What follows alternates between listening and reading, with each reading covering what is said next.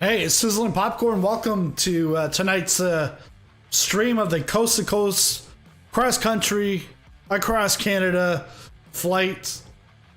And this is episode 4, or the 4th stream, I should say. But we'll call it episode 4. Some of these episodes are pretty long, longer than your average 2-hour movie. We are in the Carenado Mooney. Carenado. There we go. The Mooney Ovation. Livery will. Let's change it up. We'll go with the red. And then just add my tail number in here.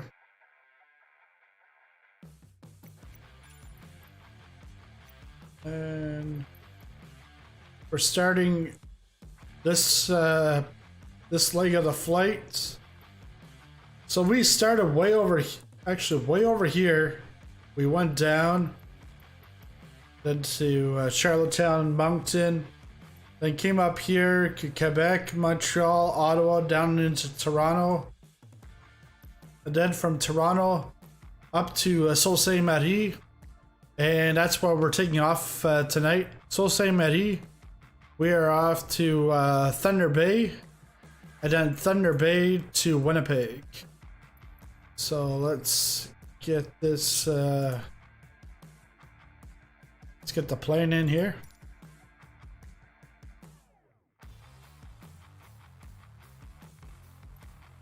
And Winnipeg.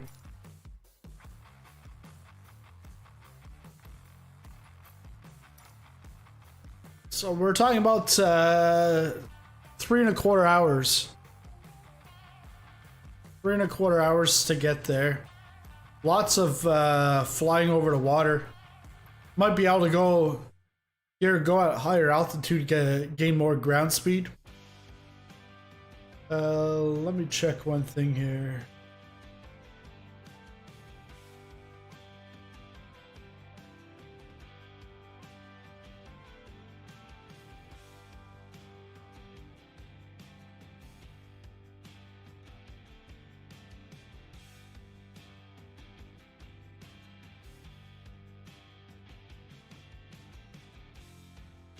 There we go. I can see chat now. Live weather, live time. All players. It's good.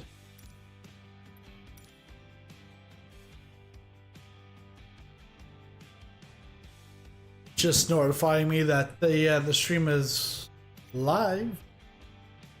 So it's 6:04 p.m. local time. And we should arrive in Winnipeg roughly, I'd say like 9:30. We'll take a look at what the default has for Thunder Bay, because there's 2 airports at Thunder Bay and at Winnipeg. Both are made by Sim Add-ons and Microsoft Flight Simulator scenery builders, MSFS scenery builders.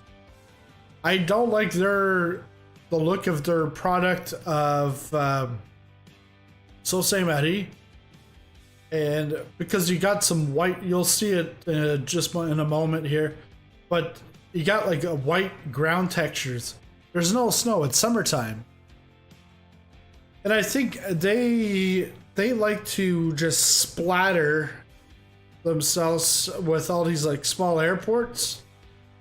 I don't think they really put enough time into each one, because they have a lot for like a small developer, being in it for a year, under a year maybe. So, and then the other one is Sim Add-ons, which you're paying like $10-15 more. It's better looking, but it's still not on par with something that I would be paying $25-30 Canadian for. It's like higher end than some of the Orbic stuff. but it doesn't equate on the quality side.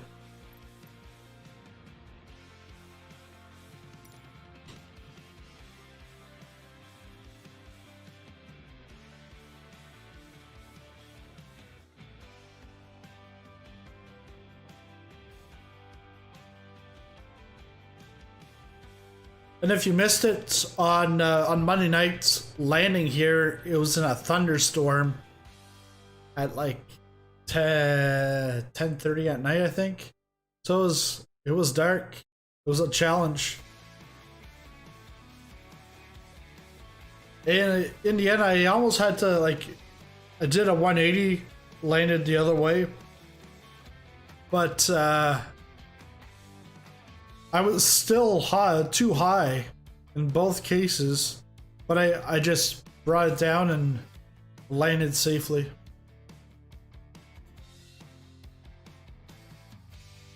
But if you want to see some wild stuff on Saturday morning, Saturday afternoon, Saturday evening, Saturday overnight, Sunday early morning, Sunday late morning, Sunday early afternoon, I will be flying. Oh.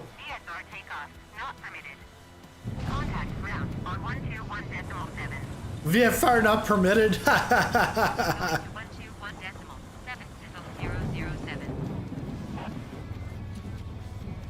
Wow.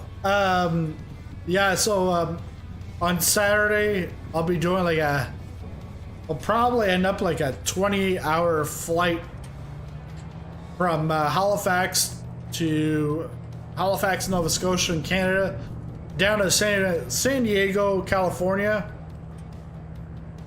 into a Cessna 152, no autopilot, no GPS, but I'll have little nav maps to help me out. And that means I'm gonna have to stop for fuel every 300-400 nautical miles. All right, let's get out of the storm. Double rainbow. All right, here we go.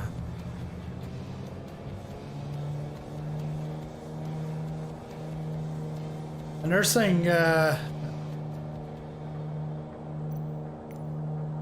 VFR is not permitted.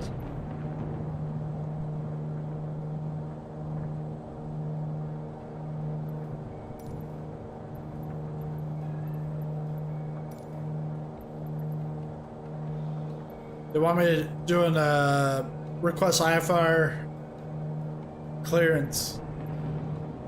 No, we're good. Let's go.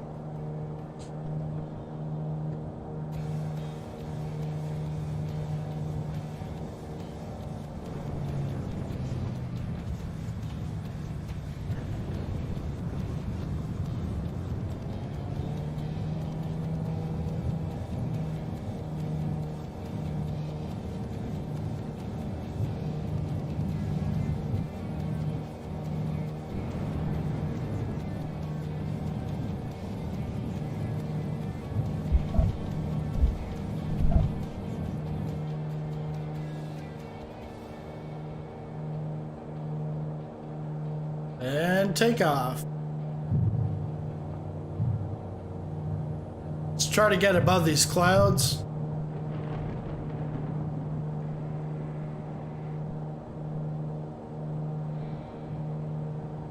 So again, we're going to be flying over water for about like the first half of the flight on our way up to Thunder Bay. This is Lake Huron, I think.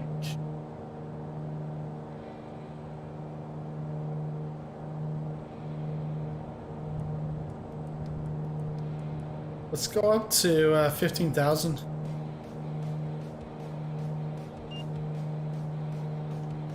Go get some sunshine.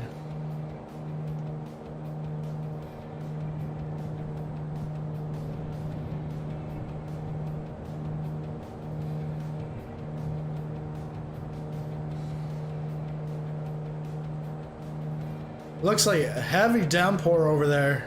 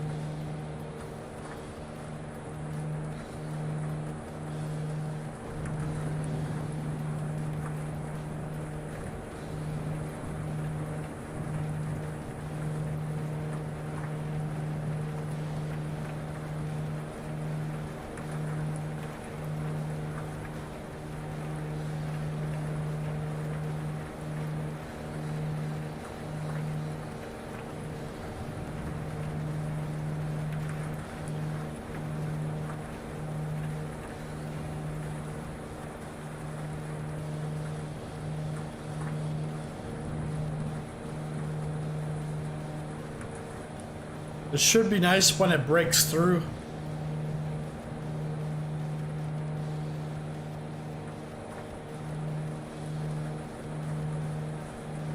Or when the lightning strikes and breaks me through.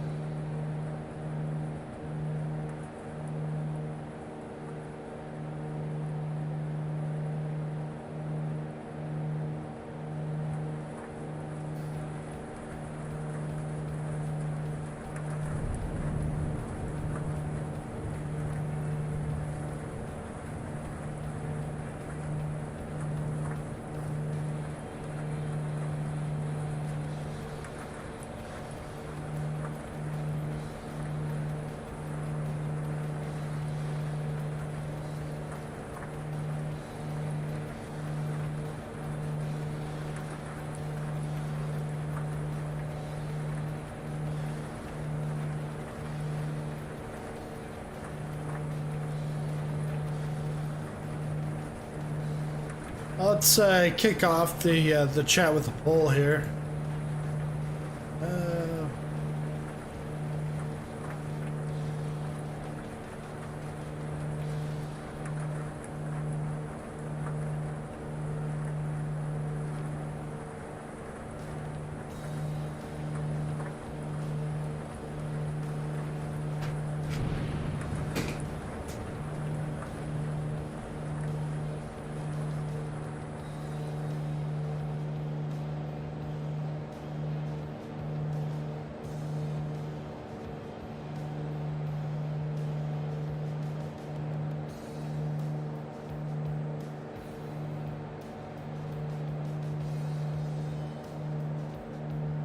It's starting to get through, but we're only 3,500.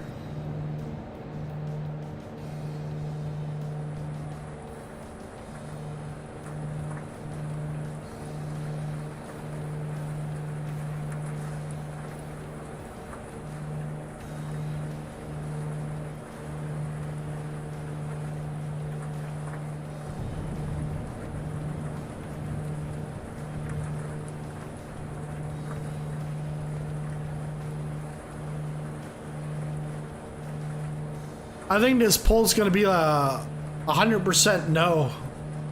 I don't think anyone's really been up in this area. In the Sault Ste. Thunder Bay, Winnipeg area.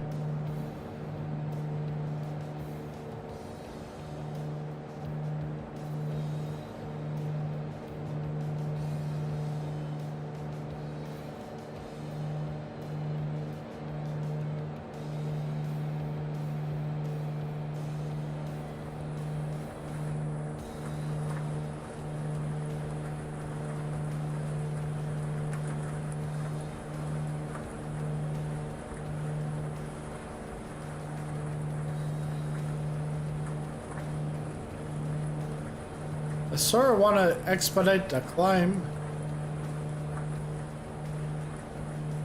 We could flip that over.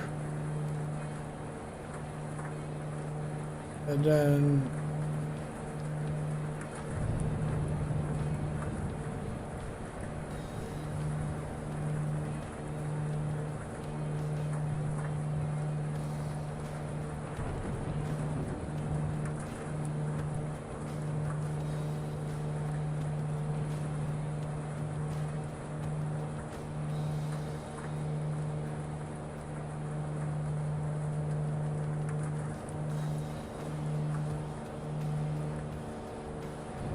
there, we're gonna climb at about 700 feet per minute.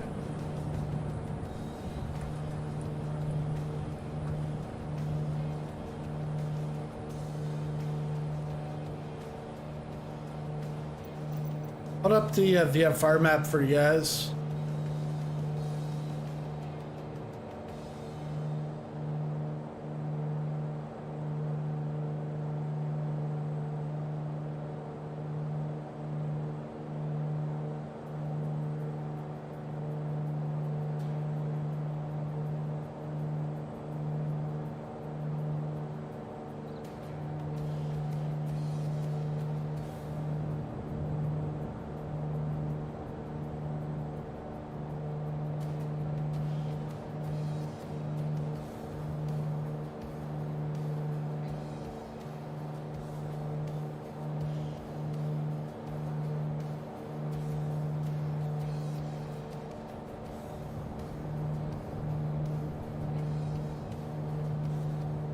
Ooh, nice.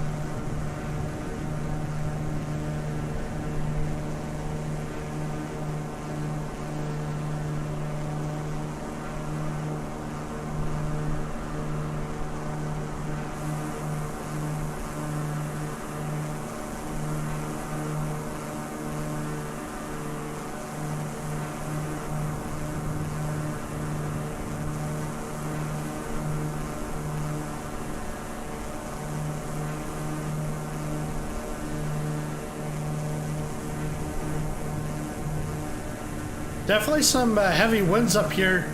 It's not shaking the plane much, but just a slight bit.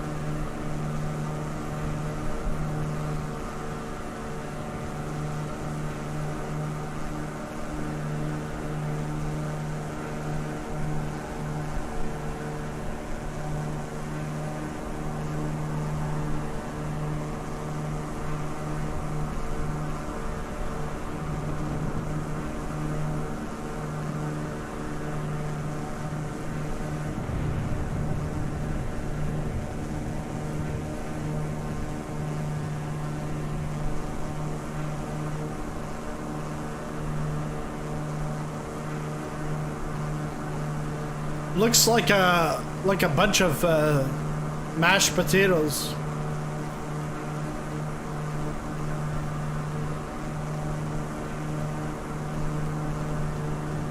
If you're really hungry, you just open up the window and you take a scoop.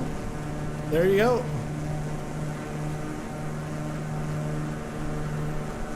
Ah, we've got one person that says they've been here in real life. I meant the area, not the clouds.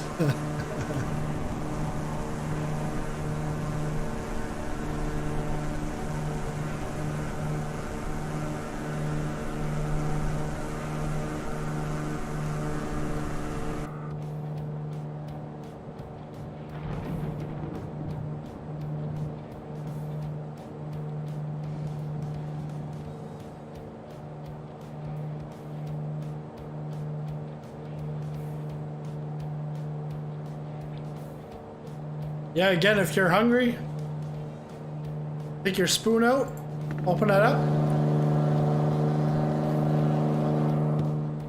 scoop up some mashed potatoes, and keep on flying. Where are we up to? We're up to...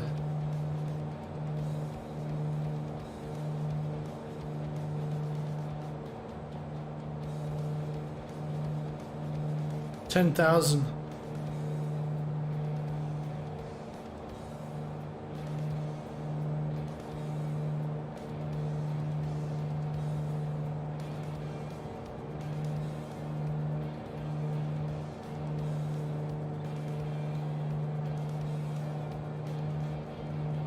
I think maybe 12,000. Even this should be fine. It's At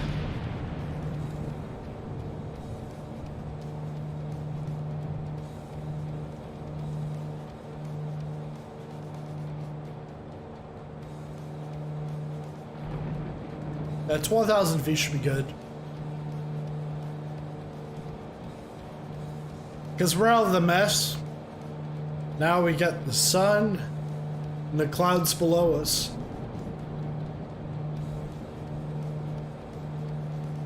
And the US too.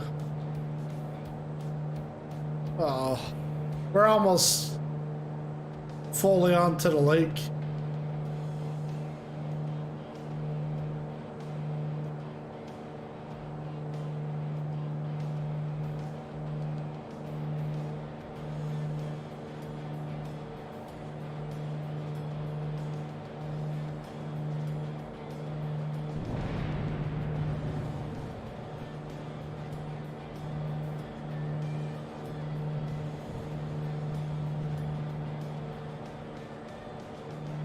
Oh, I see that flash.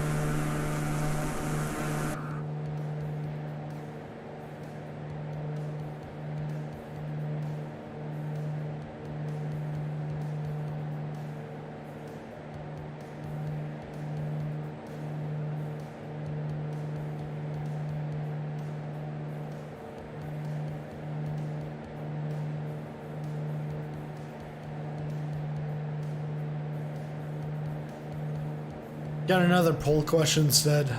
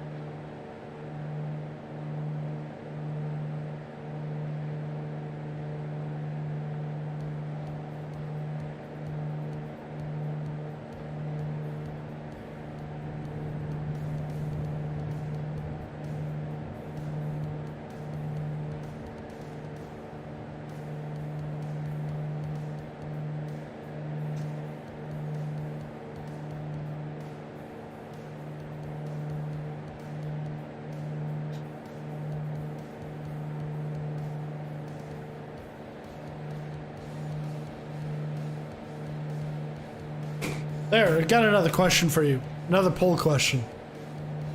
So,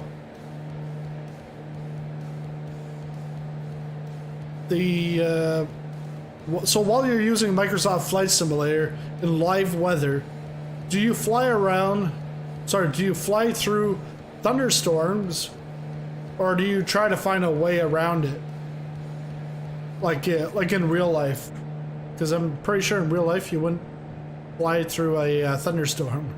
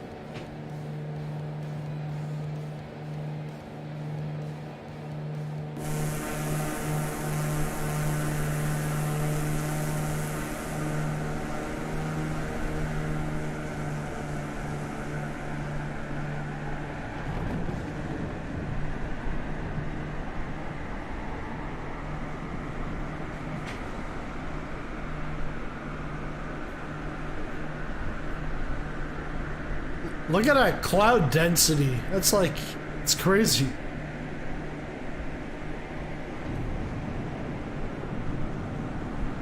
People are saying fly through. You only live once.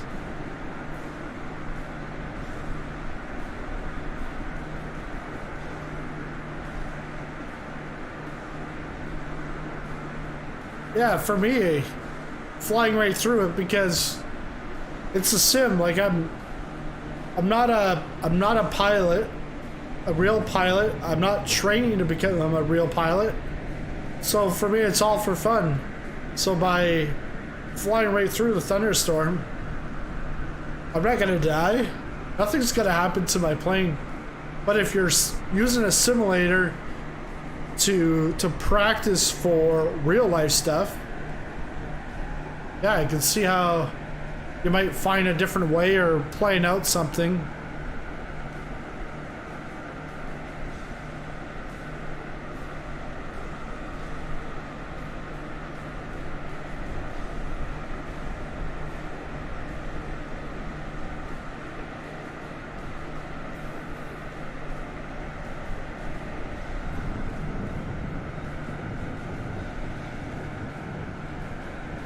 We should have a very nice sunset tonight. Should be clear skies by the time we get to Winnipeg. Because this is, all this cloud covering should last about halfway across the lake. When I mean halfway across, like, it's big.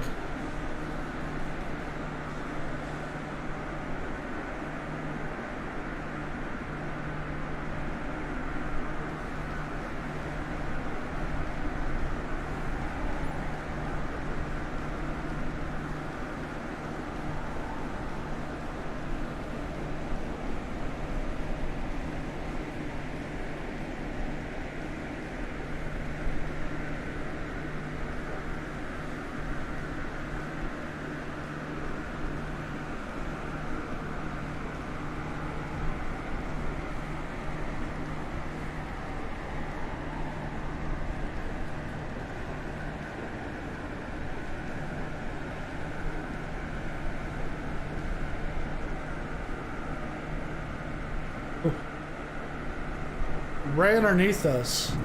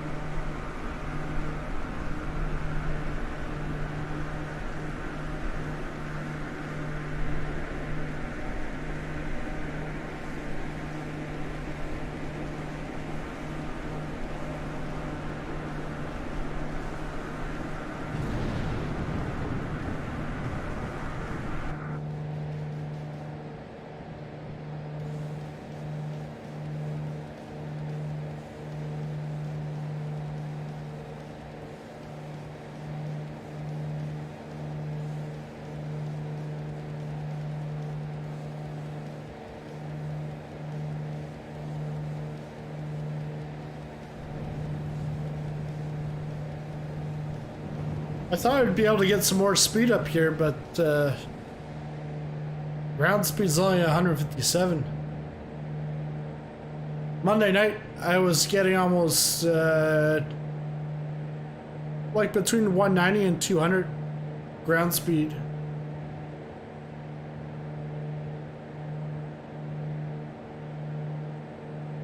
And I was trying to get through the clouds.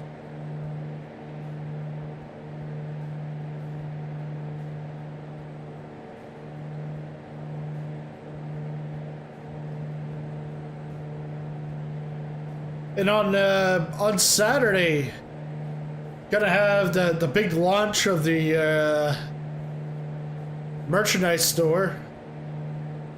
All the apparel and mugs. I've placed my order, but should be produced by the end of the week. But I'm not expecting to receive it until the end of the month. So, but it'll be here in time for before I leave for a Flight Sim Expo in at the end of September.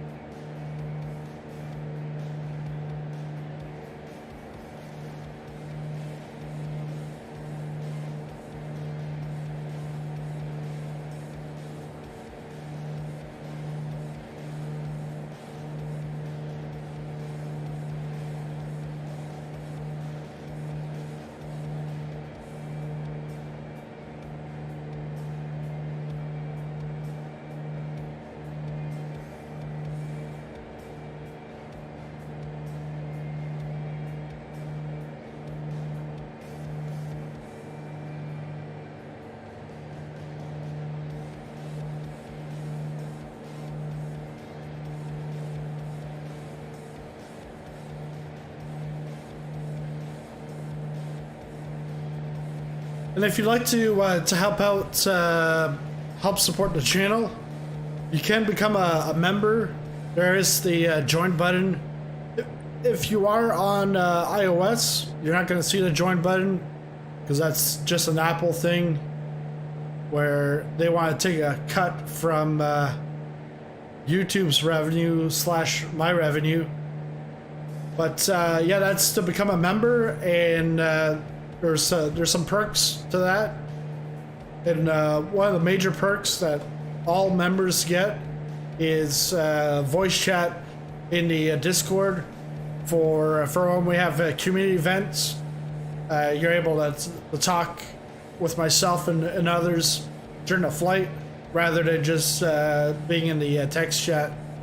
You'll still hear the chat throughout the live streams of the community events, but being part of the chat, you're more involved in the community. Some of the other perks, you've got some emojis that you can use, special emojis, and loyalty badge. That's included. But you hit the join button, you'll be able to see a video that'll help you to explain things a little bit more, and then you can choose whichever class you want to join, whether you want a leisure class, business class, or first class. So you can check that by hitting the join button.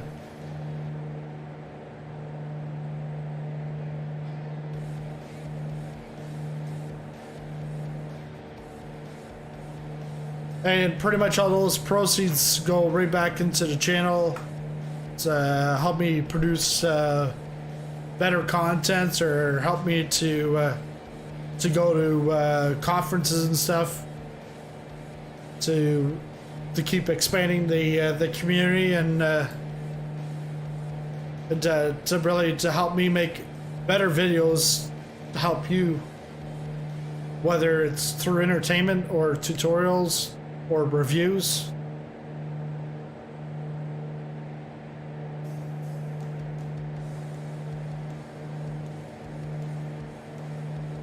Right now we're working on the review of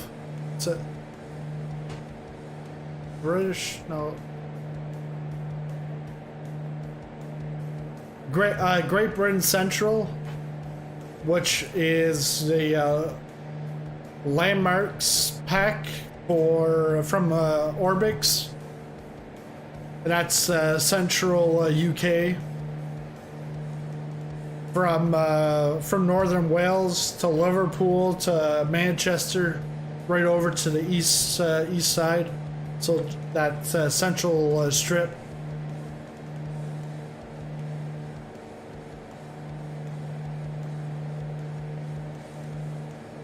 Got a couple of planes to take a look at. So lots of stuff coming to the channel, and including the 24+ hour die-hard flight, cross country, no autopilot, in one sitting. So I'll have the camera on me the whole time, and I'll be sitting in this chair. The only way I can get out of the chair is when I land at specified airports. So that's gonna be a challenge, but that will be Saturday morning, afternoon, evening, night, Sunday. Like I said, it'll probably take me about 28 to 30 hours.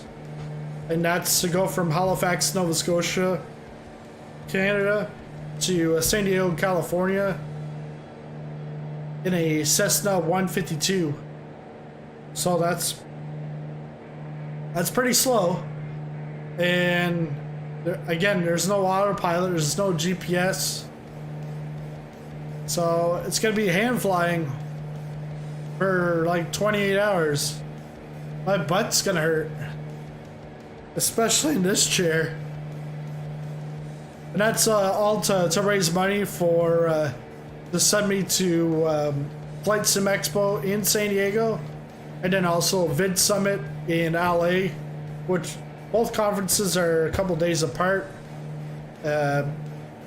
Obviously, both in California at the end of March. End of September. And again, that helps me to make connections with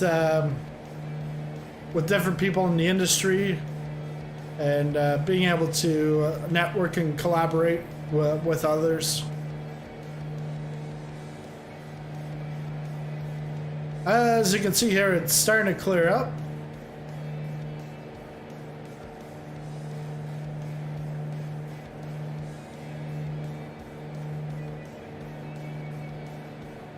Yeah, maybe I'll drop it down to 9,000. I'll pick up the speed a little bit.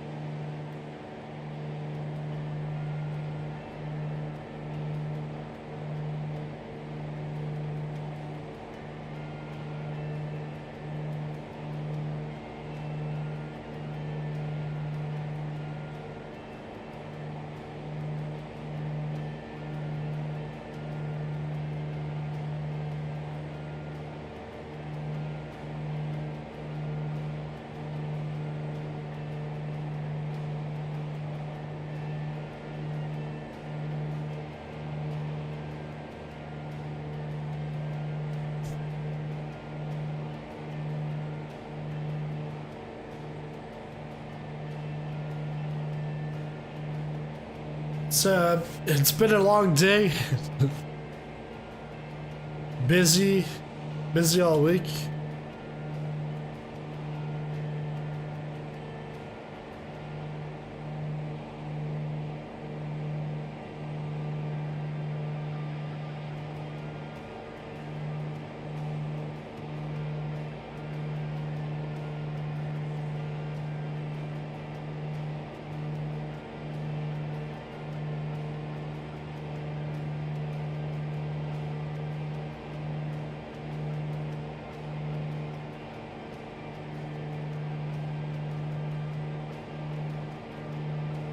So you can start seeing this tip here. Right up here.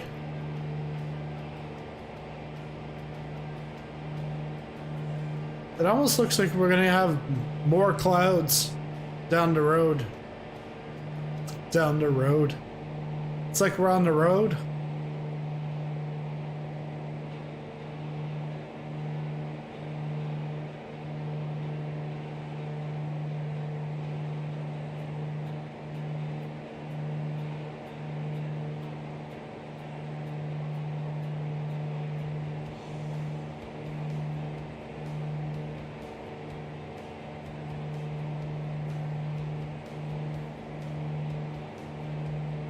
Hey Lars, how's it going?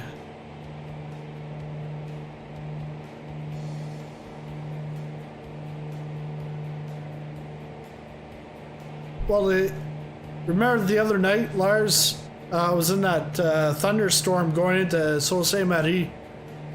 Well, when I left there tonight, it was still a thunderstorm.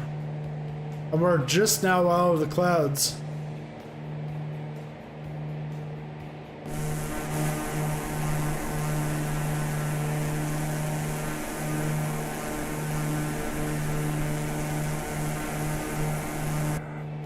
You can see all those clouds back there.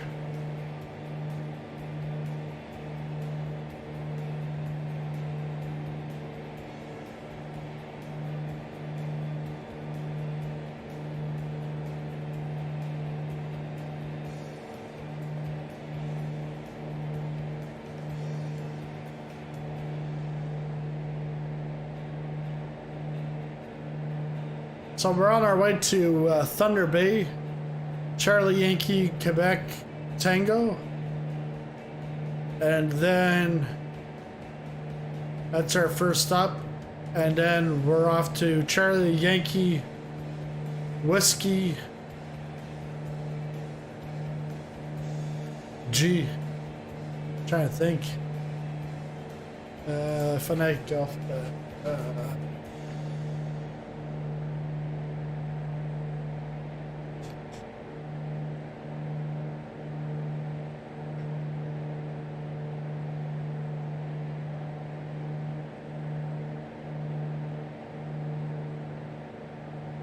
Golf, yeah, so we'll be going up to Charlie Yankee Whiskey Golf. And then next week we'll then continue on into the prairies, all the way out to British Columbia, and that's where we'll finish this cross-country journey.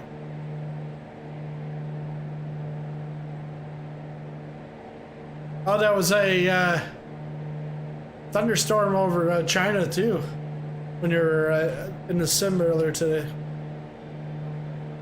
Maybe it's thunderstorms everywhere. I don't know.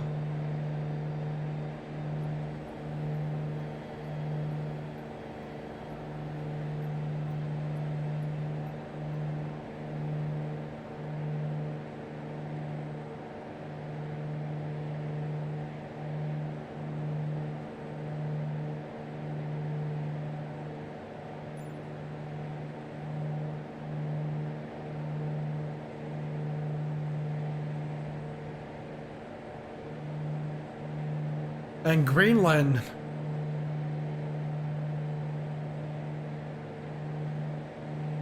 You know what? Why don't they change Greenland and Iceland? Just change the names. Because Greenland is full of ice, And Iceland's full of green.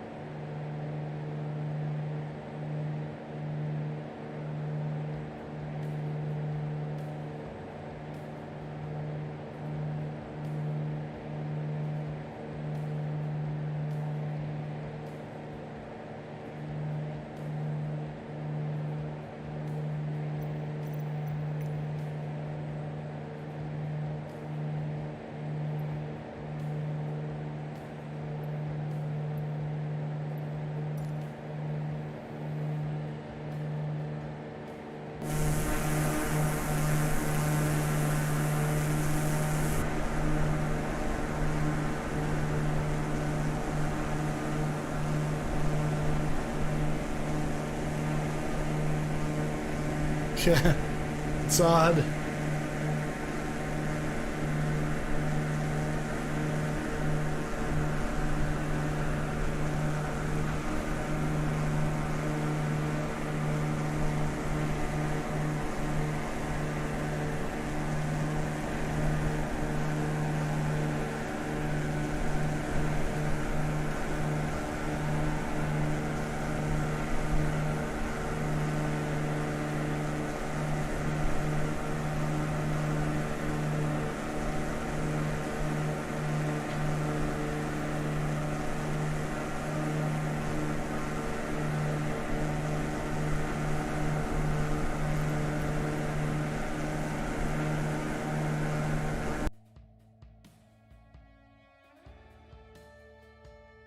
Oh, Flight Simulator didn't like that. All right, start her back up.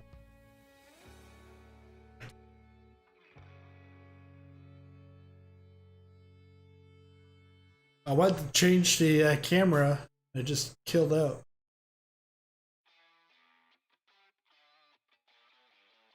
Yeah, Concord mod, but didn't like it. It's probably a port over from FSX, and probably poorly done.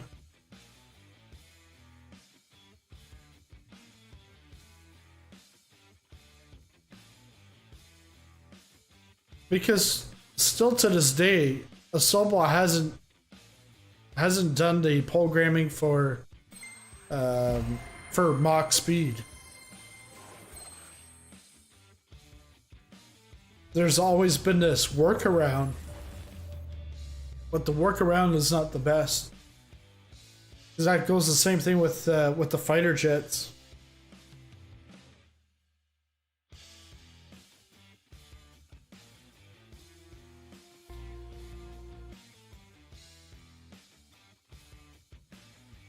So what I'll do here is I'm just going to start off from midway through the lake.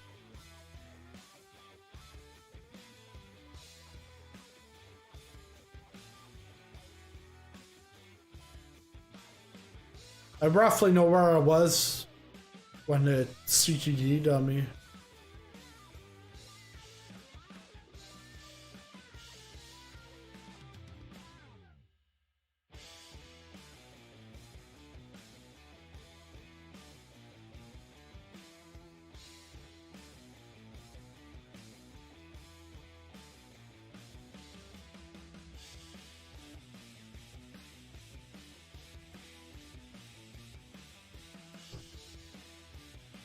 Who's yawning? Yawning is like contagious. And if I'm yawning, it's probably because someone else is yawning.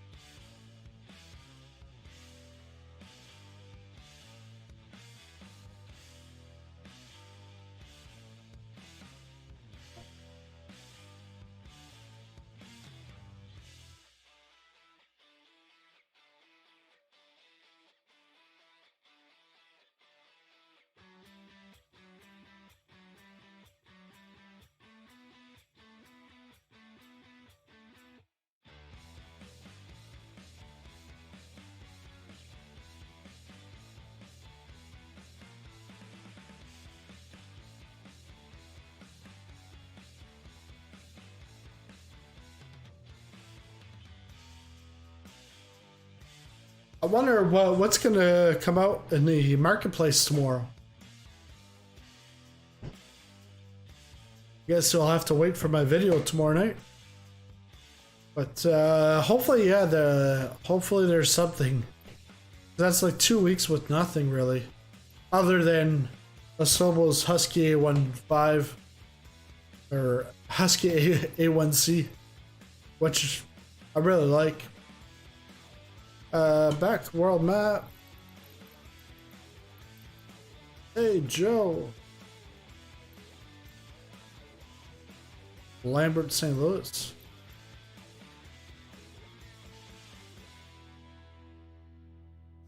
Alright, departure here. Going to Winnipeg.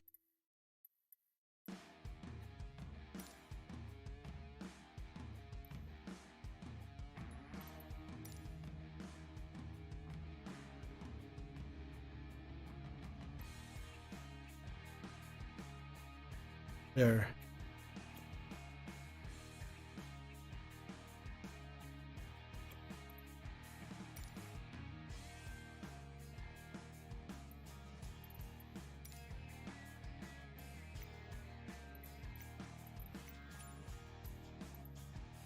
Live weather, live time. Here we go. Back in the air.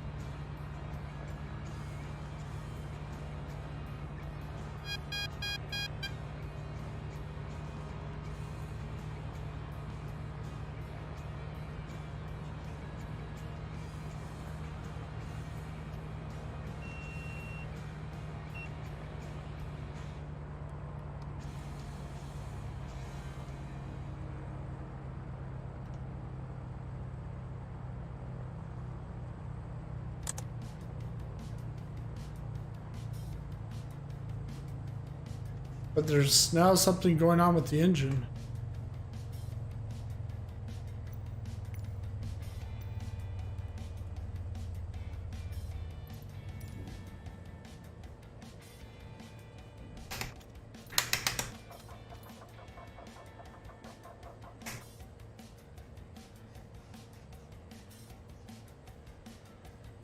What's going on?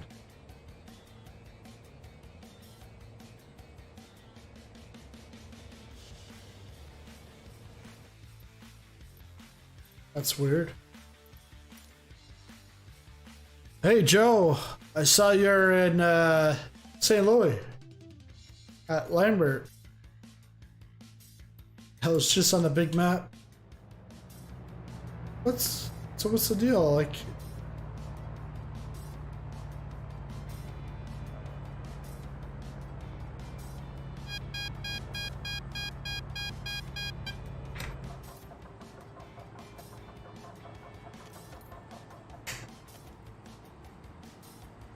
That's weird.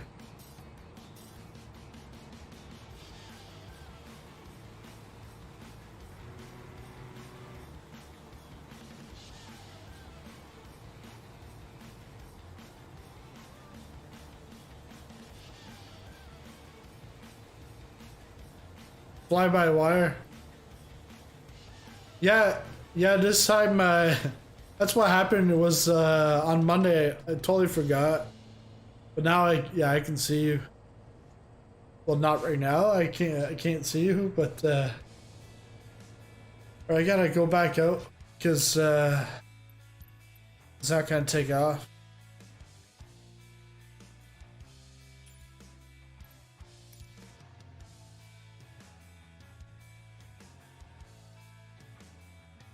Yeah, because that should take off. It's already on autopilot.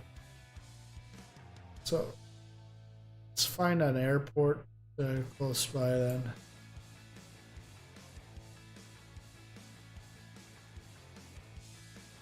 Yeah. I didn't like that either. All right.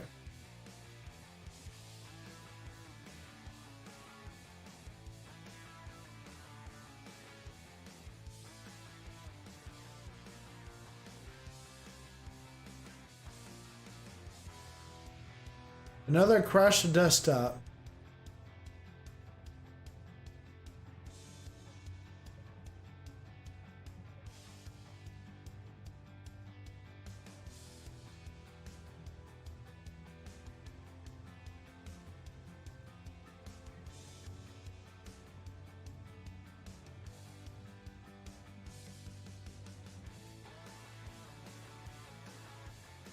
Woo!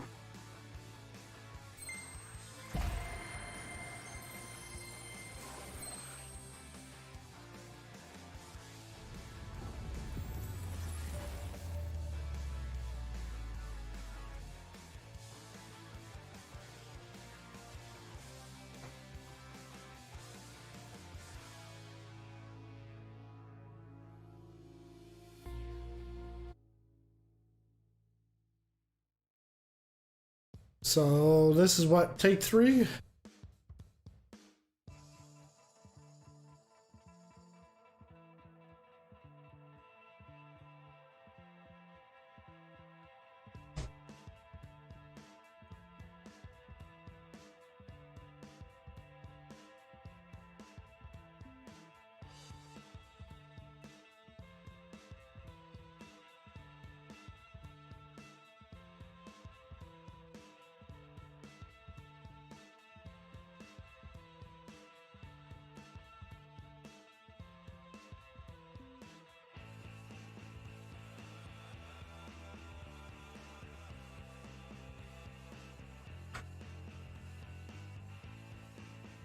Sometimes it just takes forever to load.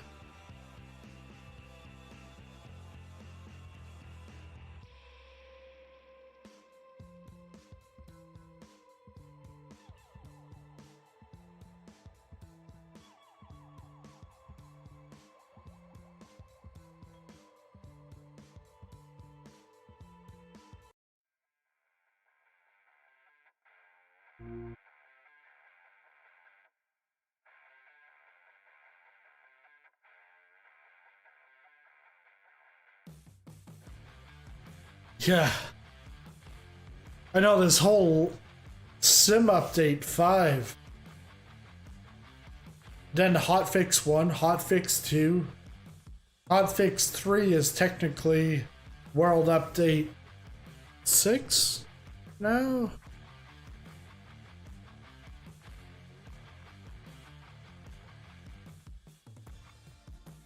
I've taken out the fly-by-wire that I downloaded from the marketplace. I took that out of community folders, which they recommended over the weekend. But obviously that doesn't eliminate CTDs, but they did find a bug in there. All right, back to the show here.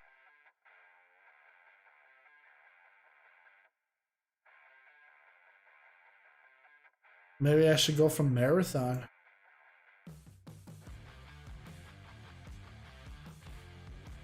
Is there a seaport around here? Terrence Bay. Oh, actually, a seaport. I can't fly the Mooney, anyways.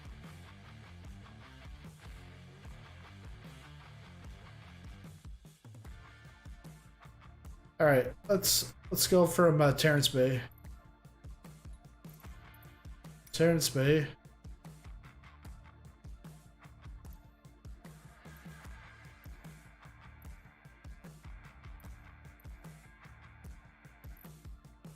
Go to Thunder Bay.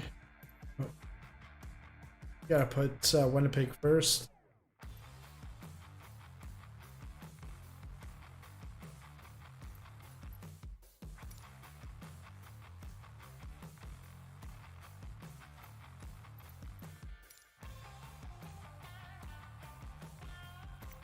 Okay, that's all on.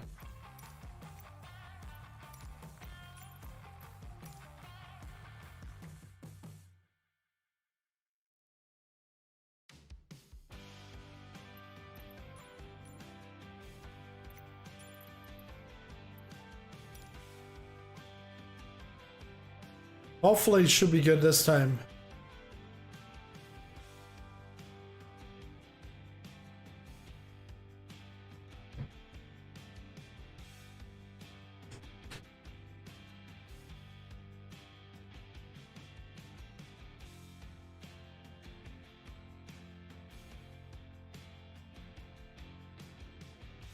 I have that, but I tested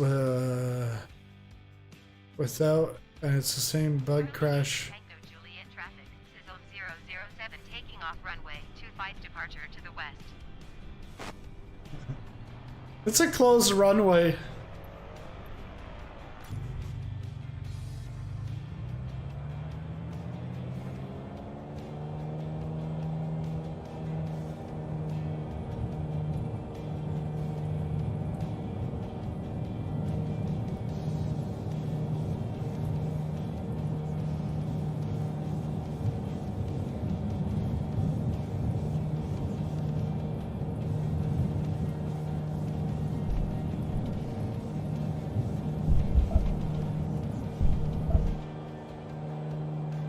And here we go, liftoff.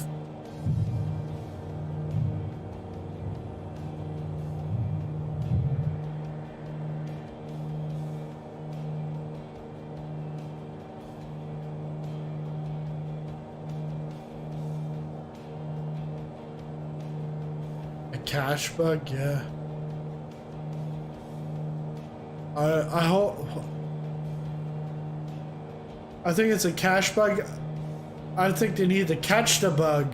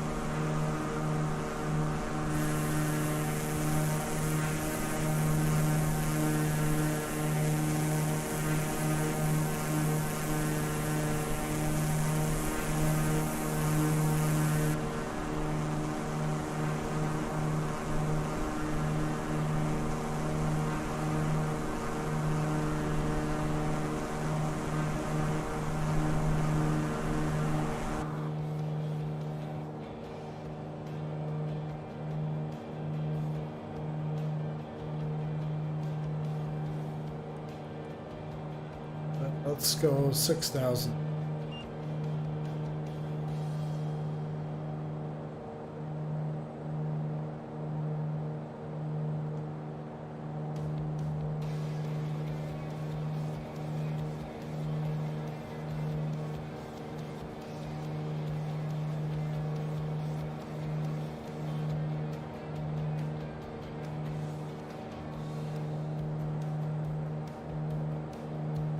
It's like no man's land up here.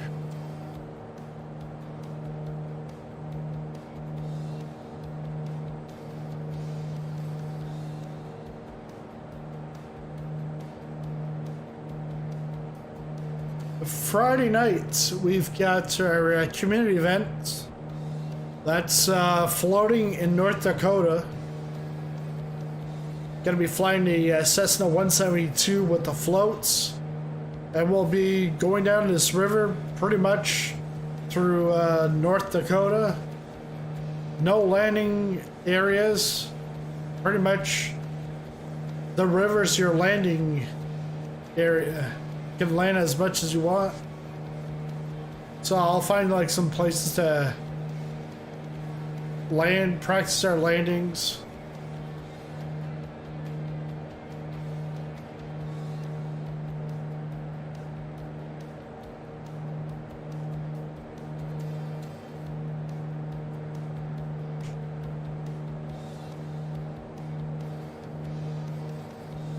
Some people that live around here.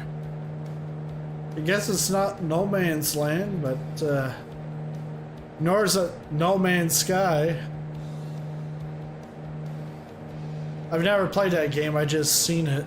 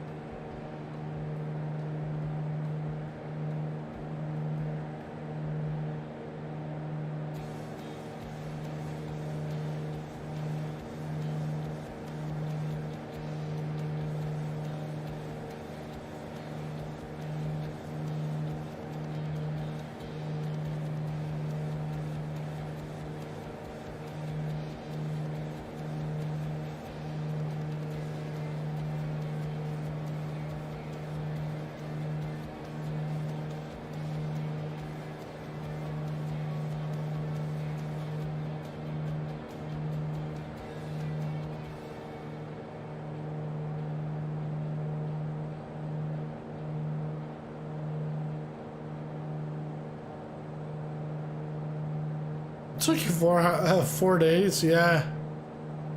I have good internet, 1.5 gigabytes per second. So like super high speed fiber optic internet. Took me 7 hours just to download and install Sim Update 5. And that didn't include also updating the deluxe and premium deluxe versions of the game. And all the world updates had to be updated also. So that was all above and beyond the 7 hours. That was one hell of a sim update. Again, I'm glad that, you know, you get more FPS, better FPS, but the killer is the killer is the CTDs and everything else that breaks.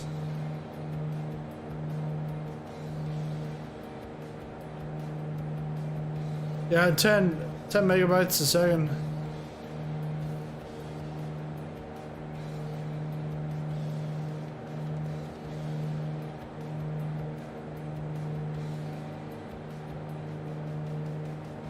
But Lars, that's because it's the internet line's so cold when it's going up to Sweden. It's so cold that the internet slows down. I was down in Richmond, Virginia a couple of years ago for I went to see my first ever race at a racetrack. I've had racetracks in my own like backyard, never gone to them. We drove like a good 12 hours, 15 hours down to Richmond to watch NASCAR race. And I remember there was a Xfinity booth. And the guy was like, hey, we got like super fast internet, blah, blah, blah. And he's like, yeah, you can get like 100 megabytes per second, or I forget what it was, like so much slower than what I get up here. And I told him, I says, oh yeah, I get better than that on mobile, let alone like hardline.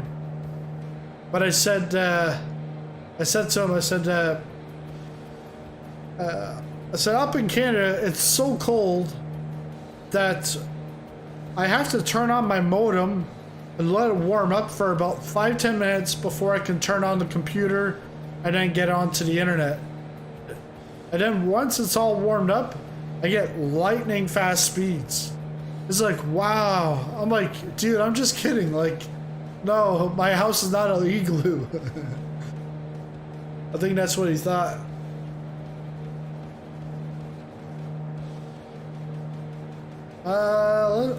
Let's go below these clouds then.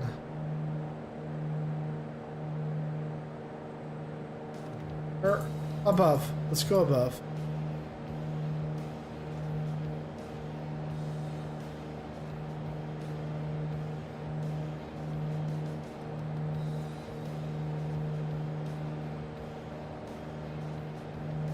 Yeah, he had a little chuckle. But it was also like from the south. Don't fully comprehend cold and snow. You gotta gig up and down, but never got see that one down. Yeah, I know.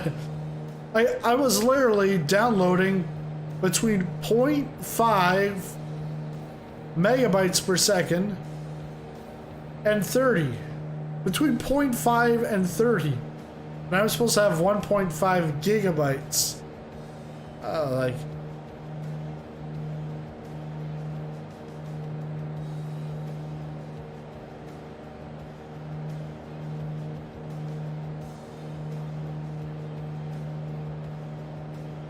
Oh, you bought me coffee. Thank you very much. Thanks, Lars. Greatly appreciated.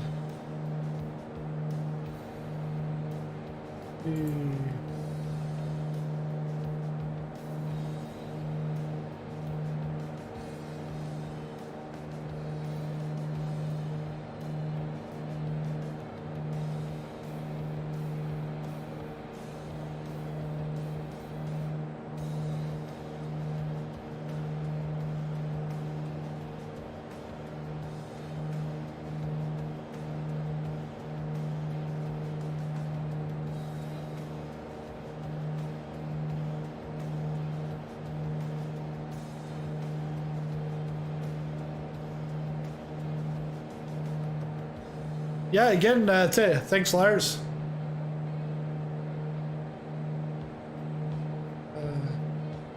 It's awesome to have a 5 MS ping on Battlefield and such. But where I live,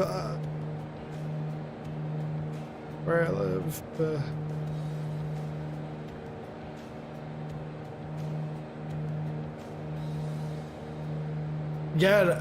Well, actually, I should switch back over to like North America, East or West, because I've been on the Southeast Asia server for the better part of the last year. That's the ping is the worst, but it's been the most stable for community events, and I don't really have issues.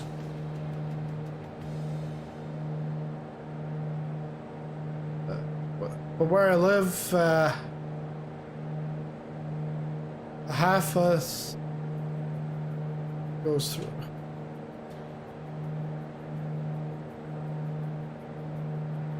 Is this a rainbow? Or no, it's just reflection.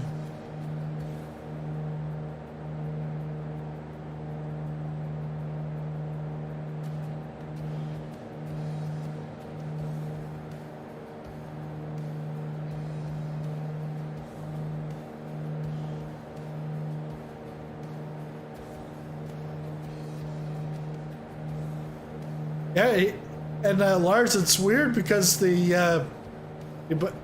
bought me coffee, and when it comes through the email, it comes to me because it goes via PayPal, and it's all in French. I'm thinking, my settings aren't in French. I understand, like I speak and understand French, but yeah, thanks again.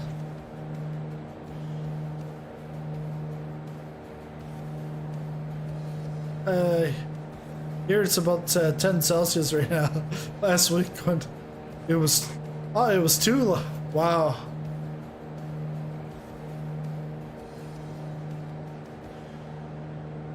Yeah, this afternoon was warm here, but then I like got slightly cooler. I don't even know what the weather is nowadays here. All I know is if it's like sunny or cloudy, because I can tell, because from the lighting in the basement, it'll be lighter or darker.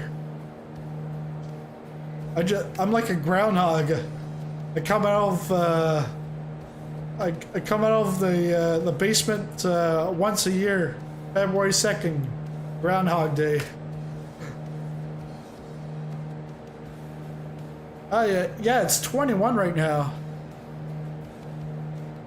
An extended period of very warm and humid weather is expected, time span continuing through.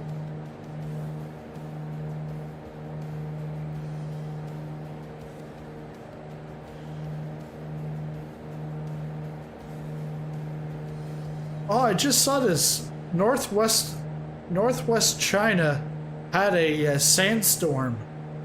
And it's like a monsoon of sand just coming into the city. That's weird. Wow. Yeah, so tonight's 19. Tomorrow's high of 26. Cloudy with showers in the morning. Risk of a thunderstorm developing in the afternoon.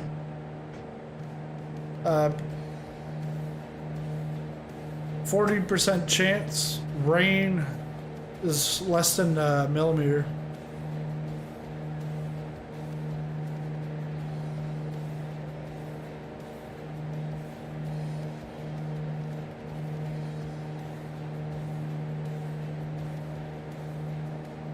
Yeah, it's okay, but at night it gets really that cold.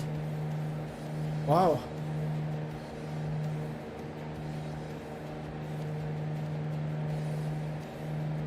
But yeah, you're much more north than I am.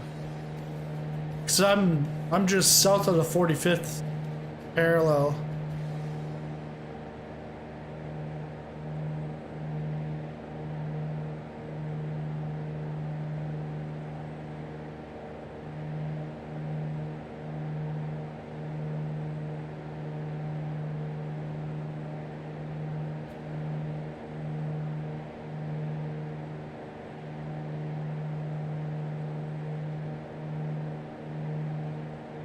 So we got about 53 nautical miles till we get to Thunder Bay.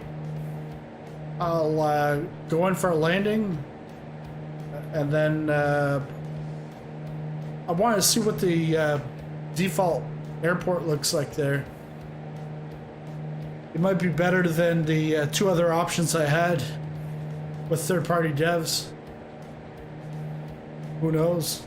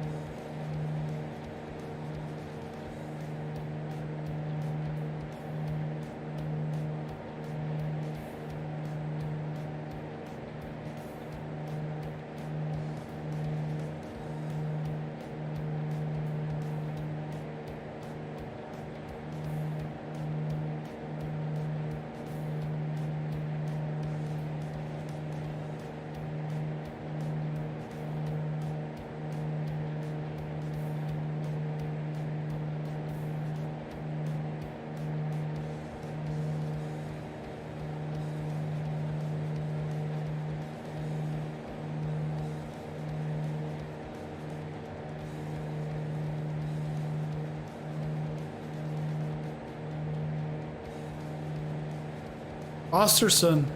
Okay. Wait a second.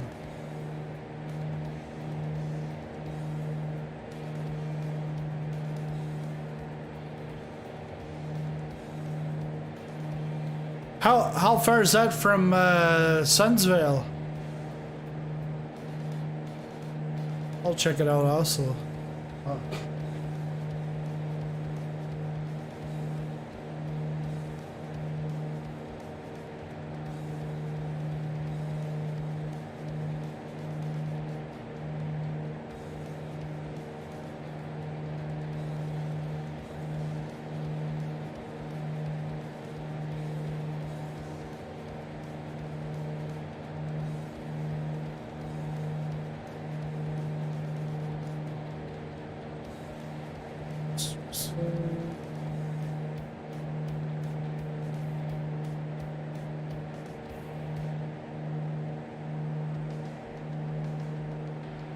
Where's it?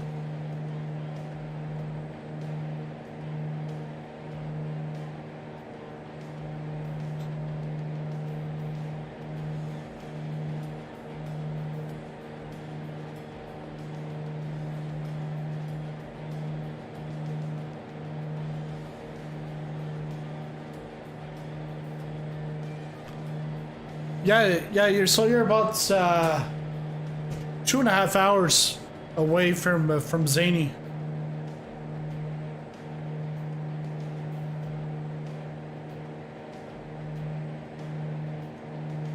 I see you're pretty high up there.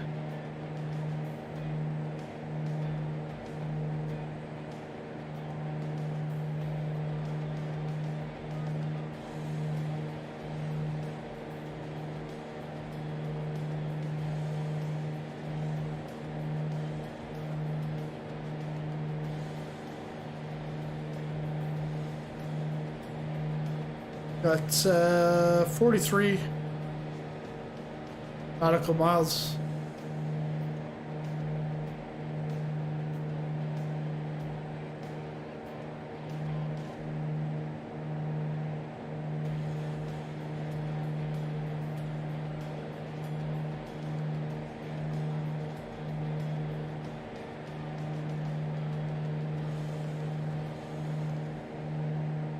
And Sundsvale looks like a major city up there.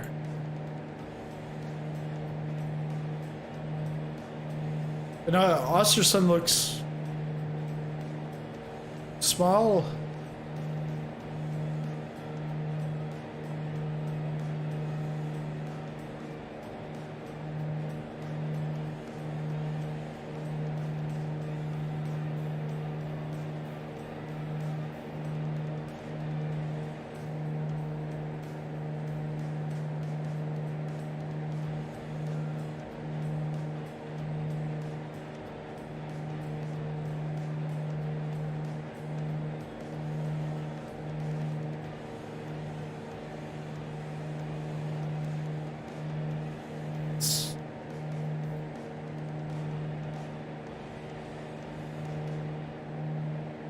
Got 39 to go.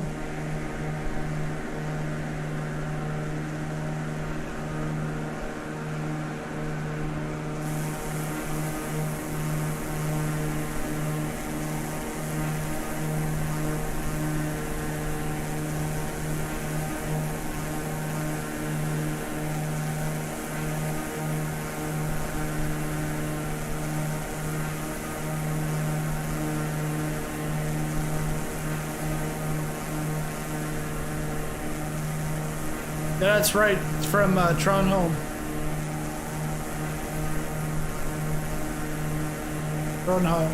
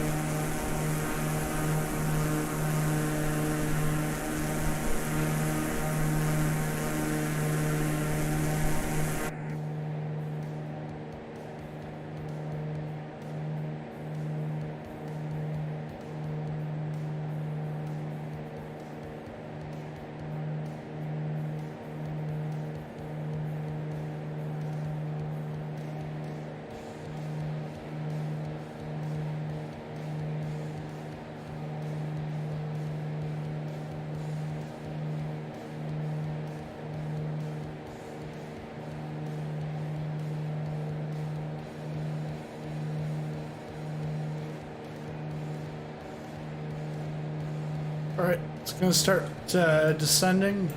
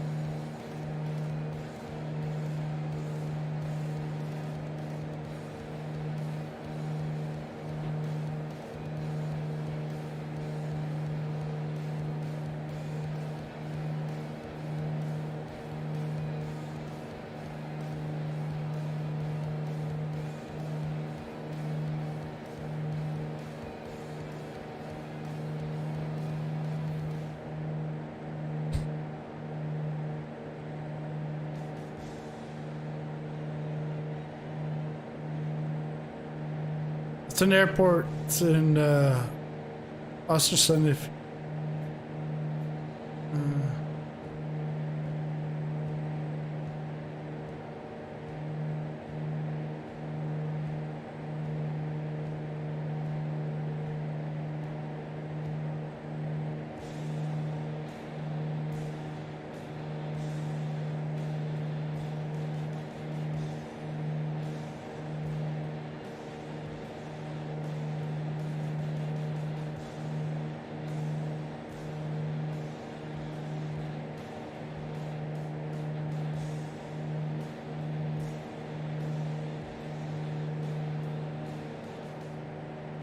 oh yeah, yeah, because I probably flew over Ostersund because we went from I think it was Trent, Zany, and I. We went from Sundsvale over to Trondheim, and we might have flown over or just south of it because we would have did like a GPS direct line across.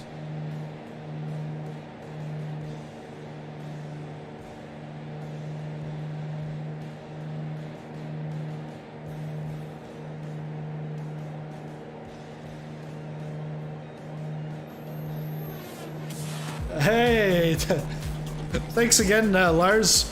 Welcome to Leisure Class. Thanks for becoming a member. What you'll now have to do with your Discord, on Discord, you just have to integrate your YouTube channel, or sorry, your YouTube account. And then it'll give you the popcorn status on the Discord side. So now, now you got a few more emojis you can play around with.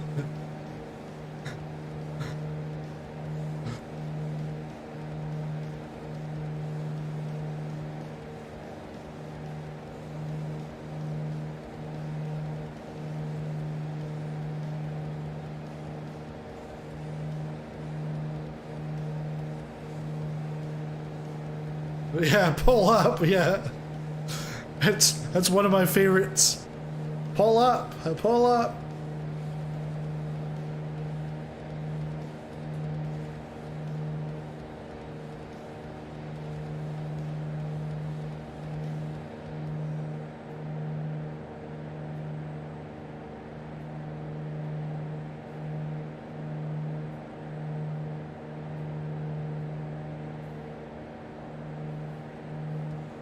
Yeah, so on the with the Discord, when you connect to your YouTube, it'll give you the popcorn status, and then you'll be able to on the events channel, you'll be able to join the voice channel.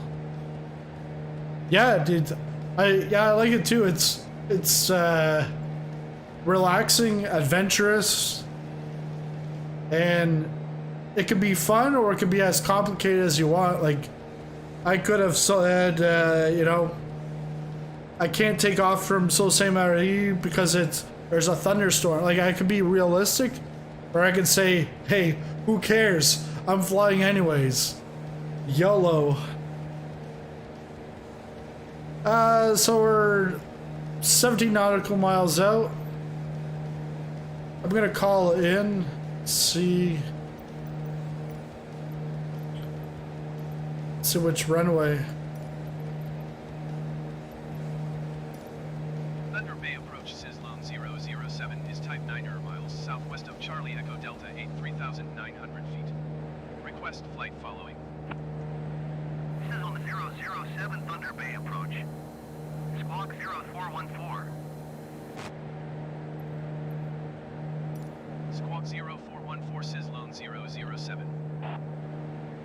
Sizzlone 007 radar contact 9 miles southwest of Charlie Echo Delta 3,000 feet. Altimeter 29.52.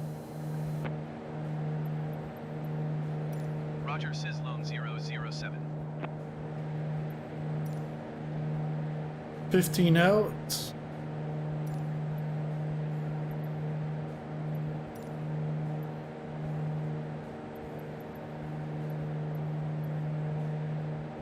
We'll do full stop lighting. Thunder Bay Tower Sizzlone 007 is 15 miles east, 3,000 feet with Mike to land.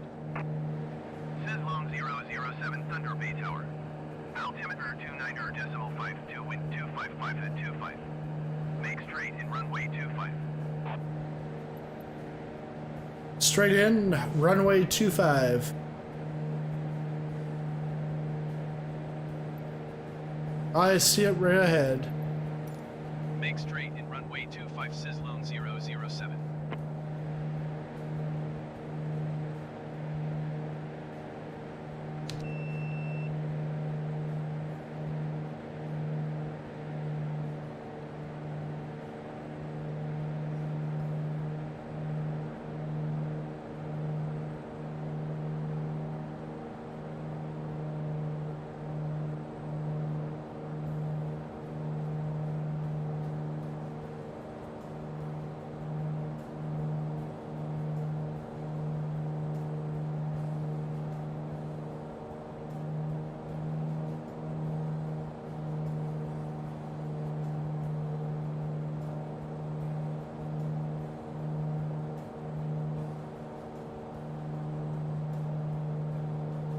It's not a good time for contacts to dry up. Can't see.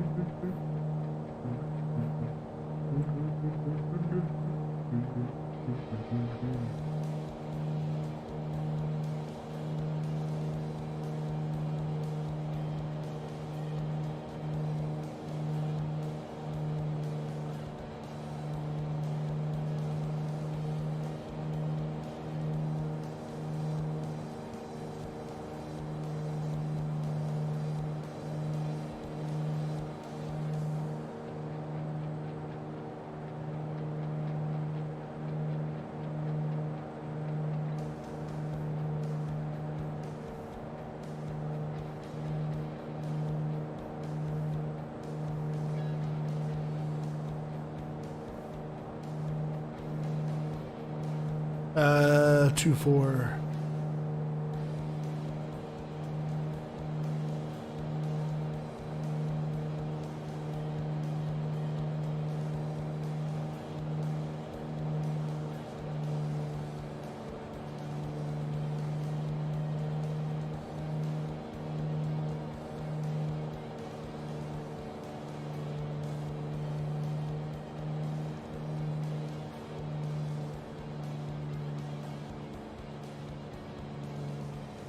North Bay.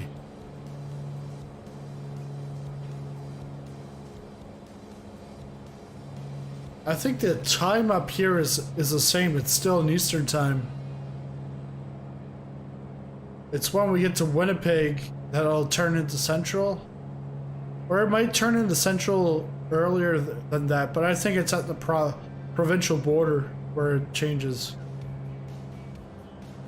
Because we don't really have that in Canada where time zones change within a province.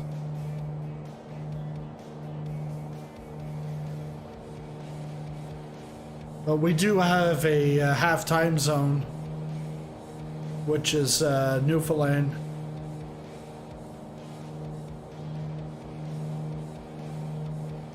Sizzlone 007, wind 254 at 25. Cleared to land runway 25. Cleared to land runway 25 Sizzlone 007.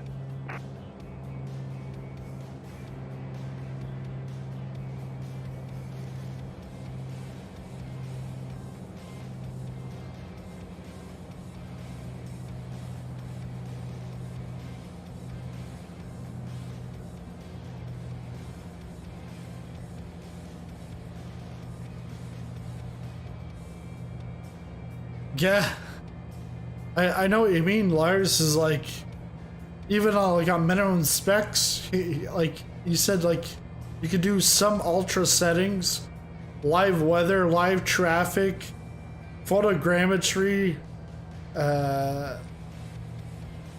Yeah, so it's great. Like you don't have to go and get a super expensive computer just to run the sim.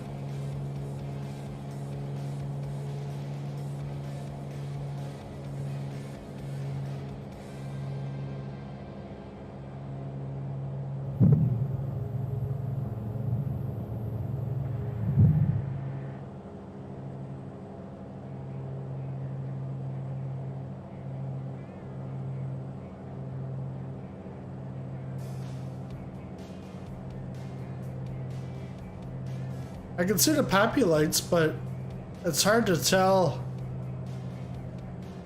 I think they're 2 and 2, I think. 2 and then 2 behind the other. But I see the white. I am a little high here.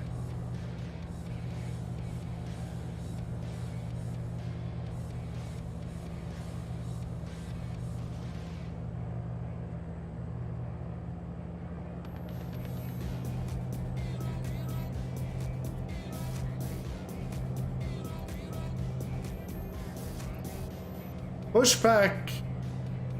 Hey, thanks for the sub.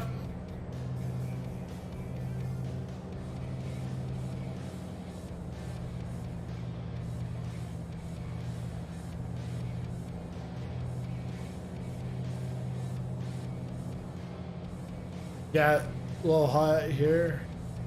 All 4 are white.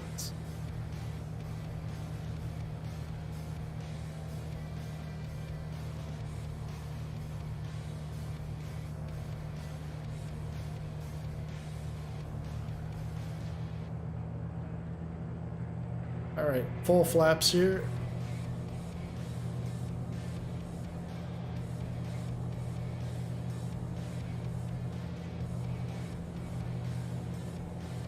Let's try to land right on the Alicia Keys here.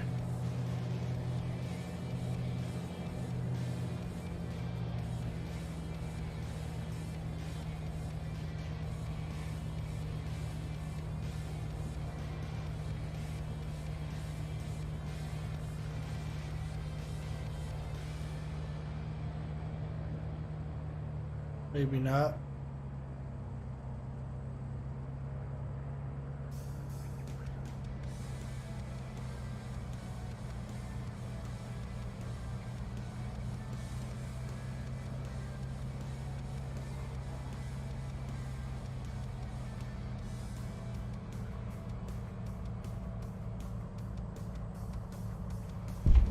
Ooh, nice smooth. You got 3 PCs, 007 exit runway when able. an i5, i7, and a 1A10. What's that, a Commodore 64? No. Sizzlone 007 contact ground on 121.9er. Going to 121.9er, Sizzlone 007.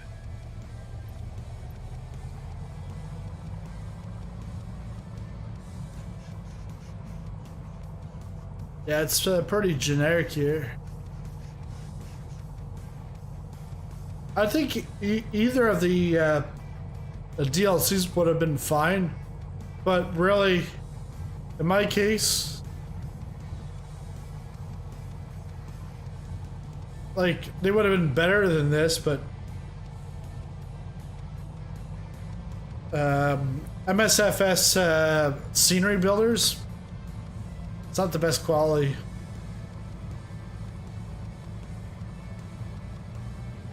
So I'm glad I saved my money and passed on that.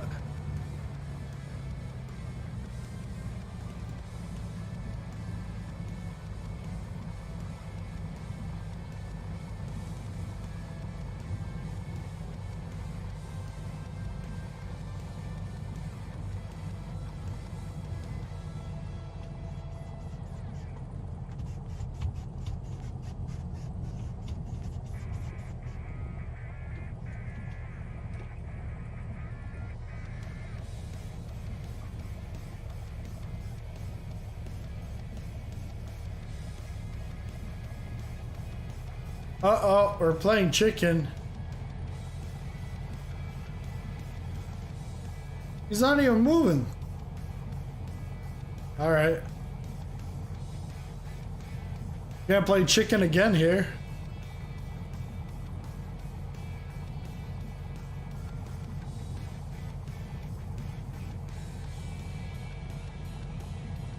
He's not moving either.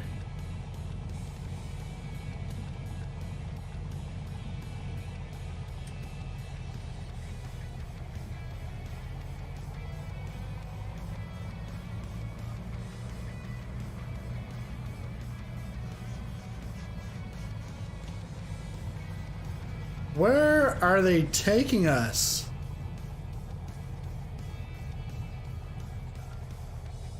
I know I'm like GA aircraft here, but really? This is far out.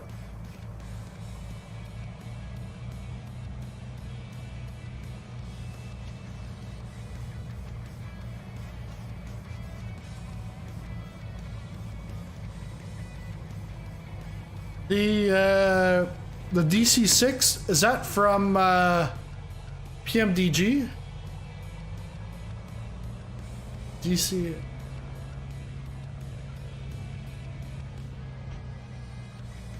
I think that's PMDG.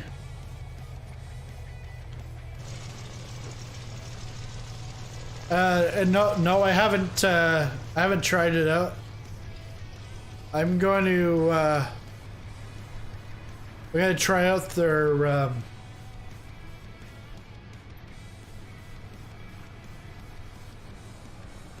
gonna try out their 737 when it comes out. Should be coming out maybe September. My drone speed won't work.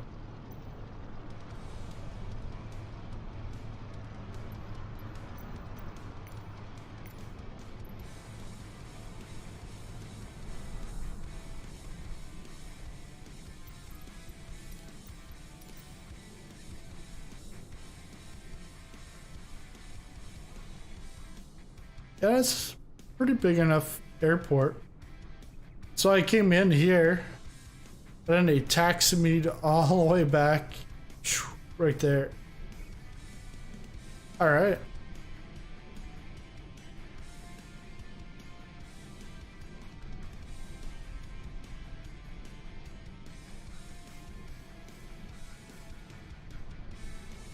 Looks like they've got a stable population up here, or being pretty north up.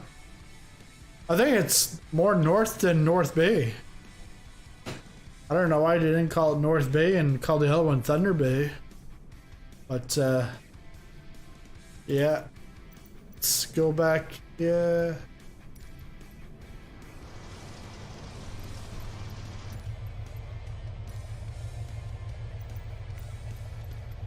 Request taxi to takeoff options.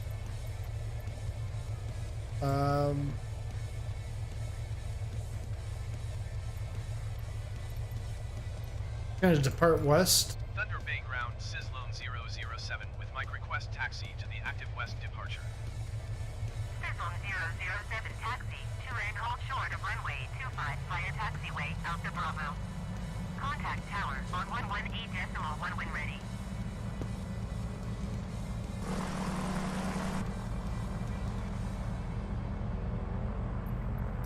Taxi to and hold short runway 25 using taxiway Alpha Bravo Sislone 007.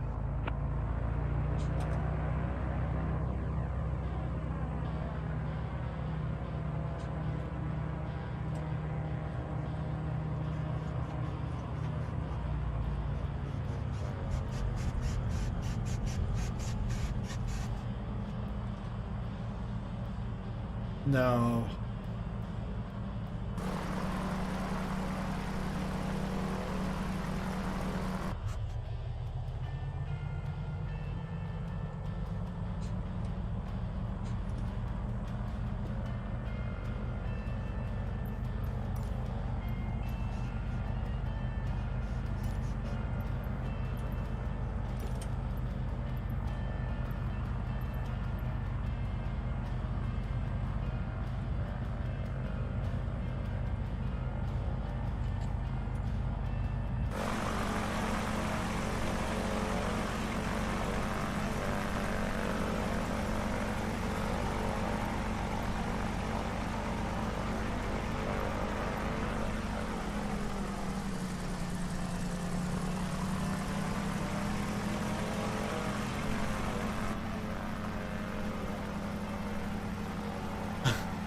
I missed that.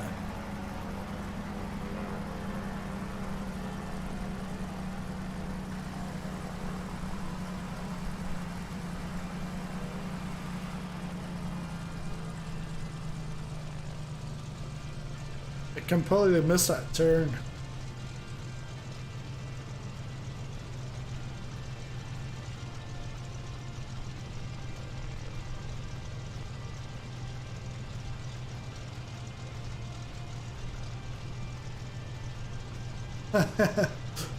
I'm pretty much going all the way back to where I came from.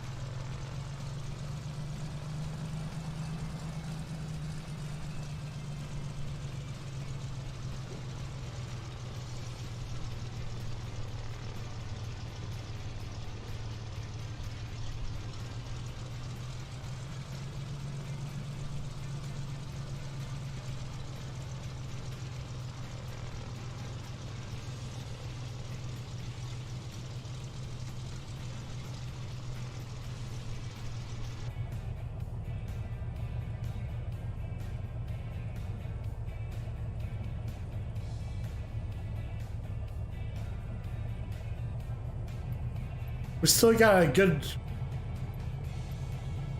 It'll be like 2 hours still ahead of us. 320 nautical miles.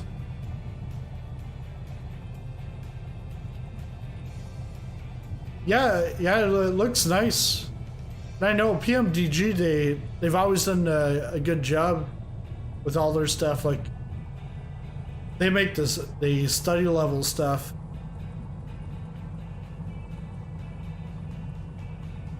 And then people don't want to pay for it. Like, people complain, oh, why I gotta buy a plane for $100? This simulator's only $60. Yeah, because they spent a lot more time making that one plane than what Microsoft put into this. Yeah, I bet they definitely put a lot of time into the sim, but sometimes it doesn't feel like it. Okay. Thunder Bay Tower, Sizzlone 007 at runway 25 ready for departure. Departure to the west. Sizzlone 007, altimeter 29.52, wind 254 at 25. West departure approved. Cleared for takeoff runway 25.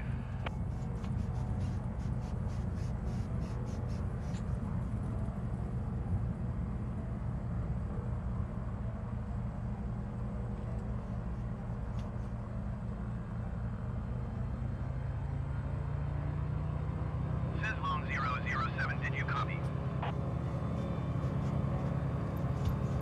Cleared for takeoff runway 25, Sizzlone 007.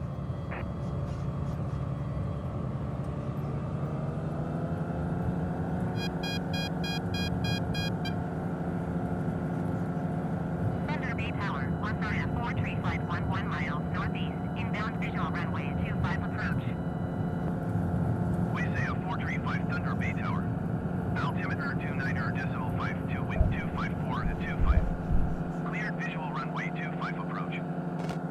And there we are. Liftoff.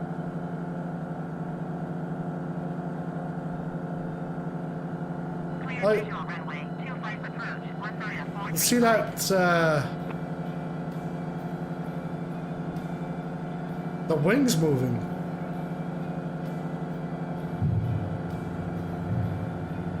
Sizzlone 007, continue for west departure.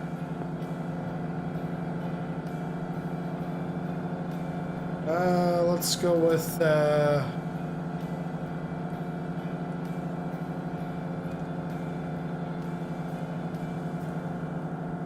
5,000 should be good.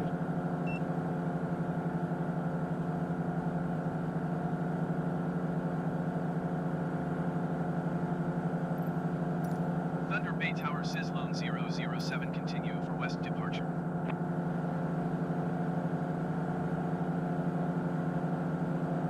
Waysay 435, wind 254 at 25. Cleared to land runway 25.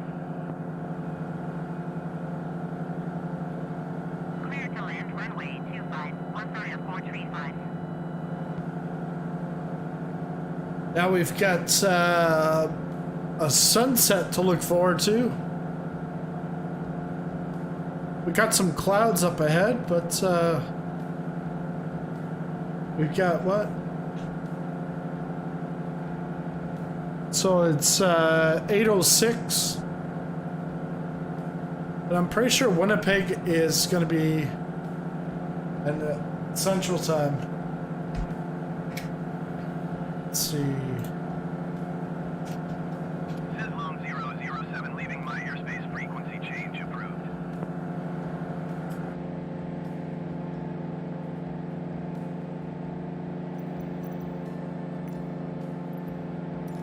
Thunder Bay Tower, Sizzlone 007, frequency change.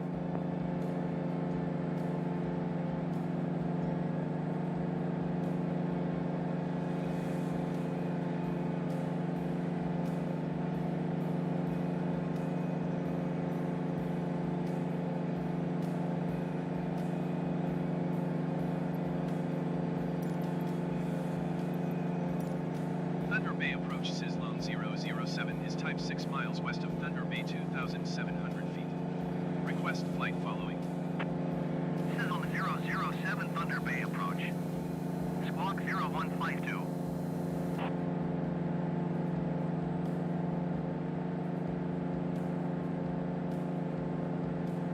Actually, I was wrong. We should now be in Central Time. Central Time is Manitoba, Saskatchewan, 007, did you hear my last transmission? but it's also the northwestern part of Ontario. Squawk 0152 Sizzlone 007. Sizzle 007 radar contact 5 miles east of Charlie Kilo Golf 8 2,500 feet. Altimeter 29.52.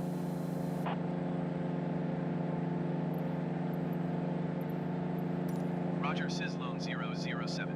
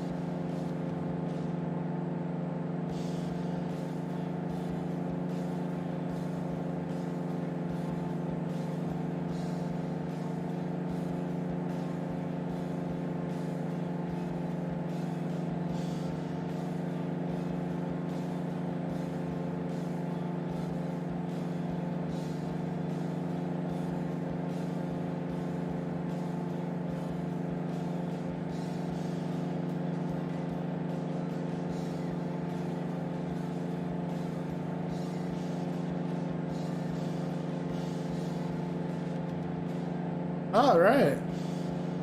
I'll have some news for you guys about the Flight Sim Expo and a giveaway.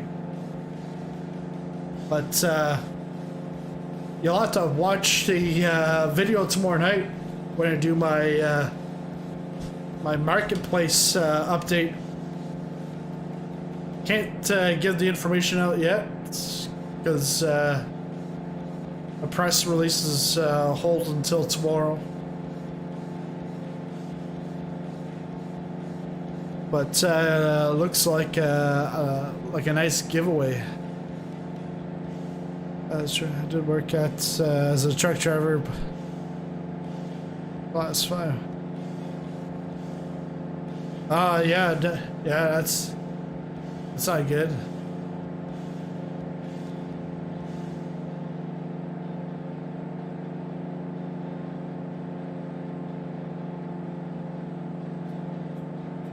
Yeah, it's not fun having like medical conditions and issues, but you know you got to make the best of what you've got, and yeah, flying around in the sim and being a part of community, it can bring like joy to someone's life. Like if obviously.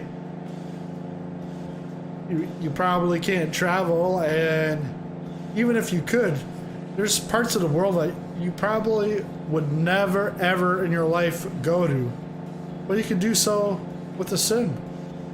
Fly around.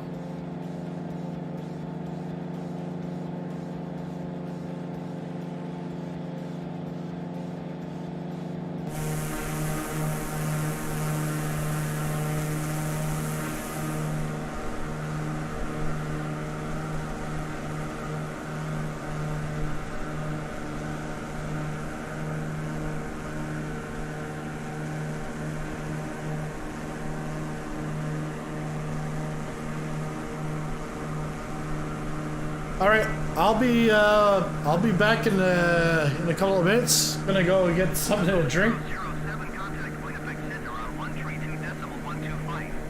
and then ATC calls.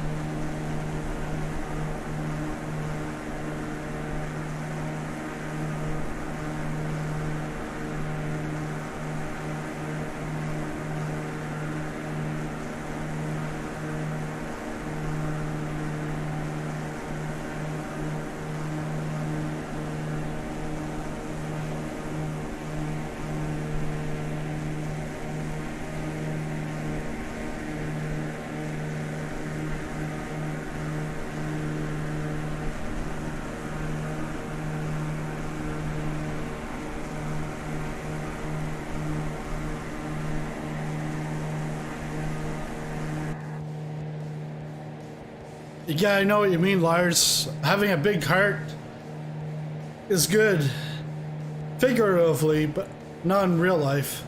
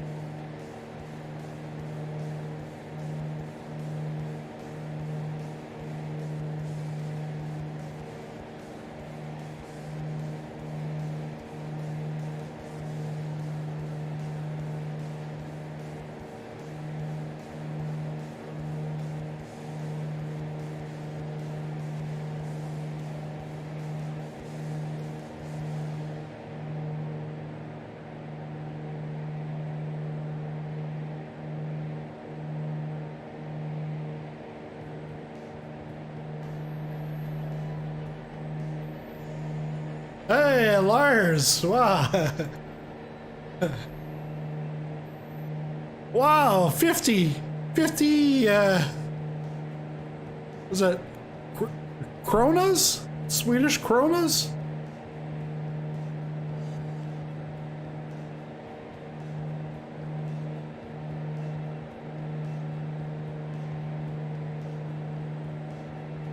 Get gup. Thanks for the super chat.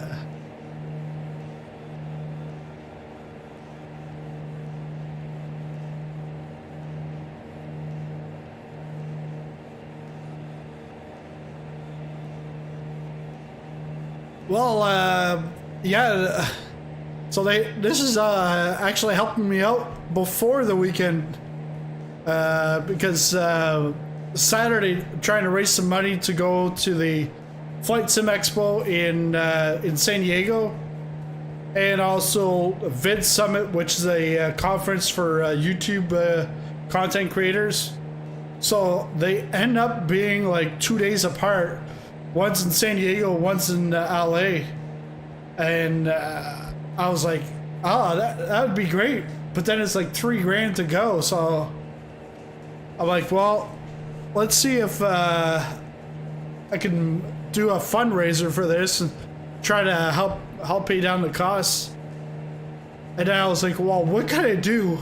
Because like just to fly, like, yeah, okay. But that's where I thought of doing a cross country from my place to San Diego, and then to into Cessna 152. So this all helps out ahead of time, because I was also afraid that I'd show up on Saturday and nobody would show up, nothing would happen. So this is like, thanks a lot, Lars.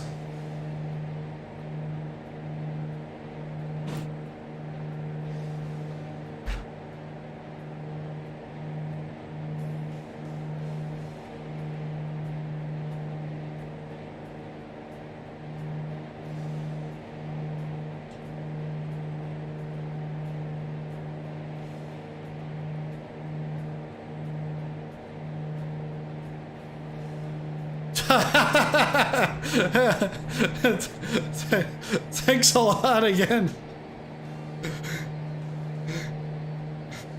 I was just looking at what 50 kronas was.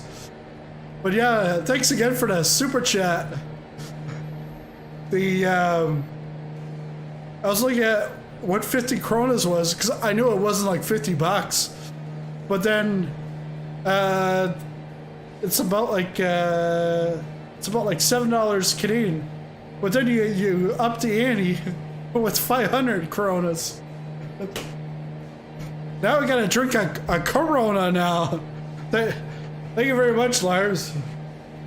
Thanks for your support.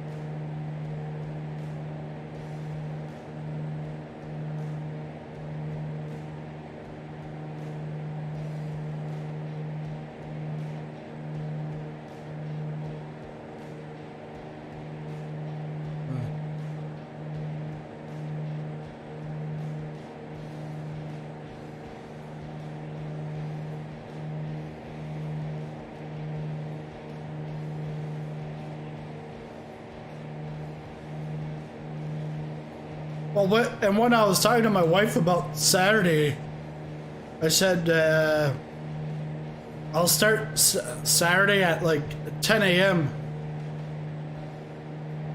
And I said, well, because like 10 a.m. it's not too late. Like I don't want to be up before the flight. I don't want to be up too much before the flight because then it just makes my time awake so much longer. So I said, yeah, I'll start at 10 and I'll probably be finished around 2 on Sunday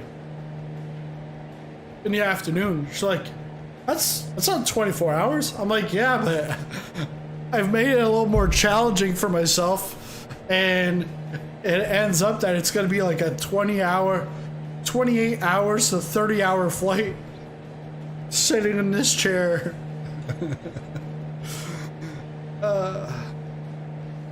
It'll be fun. I'm trying to get a couple of prizes to give away, and also some merchandise, some t-shirts, hoodies, or maybe even a mug, and I'll also launch the merch store on Saturday at the same time. Where am I landing? Syed, I am landing in Winnipeg. I just took off from Thunder Bay and off to Winnipeg. But I started off the stream from Sault Ste. Marie.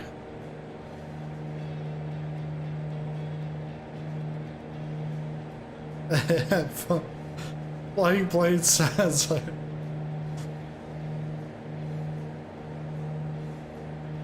And I think what's gonna make me stay awake is the people either flying with me or people just watch it, like the chat and stuff that will help keep me awake for the 28 to 30 hours. Can I fly to Malaysia? No, it's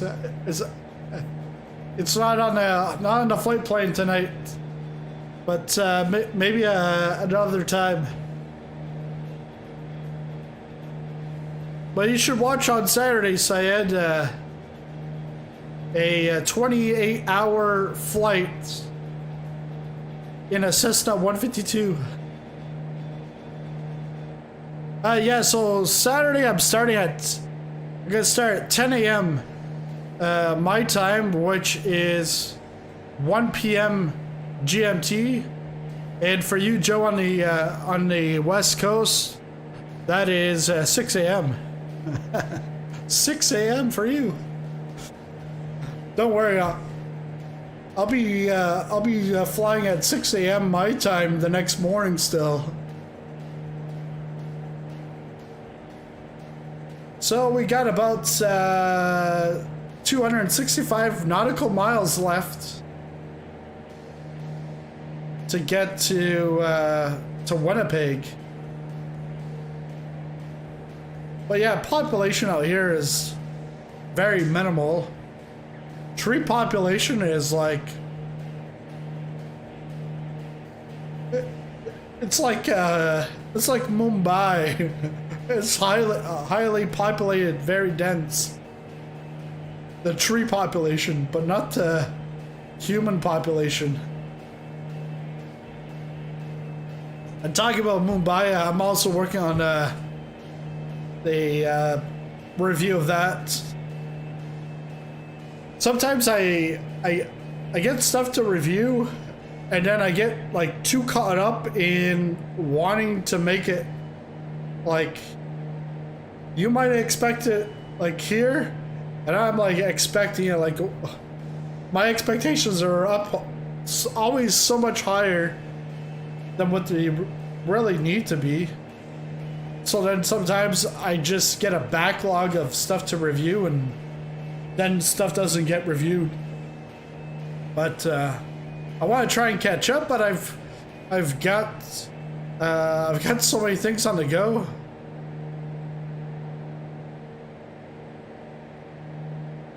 Yeah, it's like 2:27. Yeah, right now it's 9:27 Atlantic time. Syed, no, there's no mobile version. If you want a mobile version of a flight simulator, there is X-Plane Mobile. But, and that would be like, the aircrafts on there are well modeled.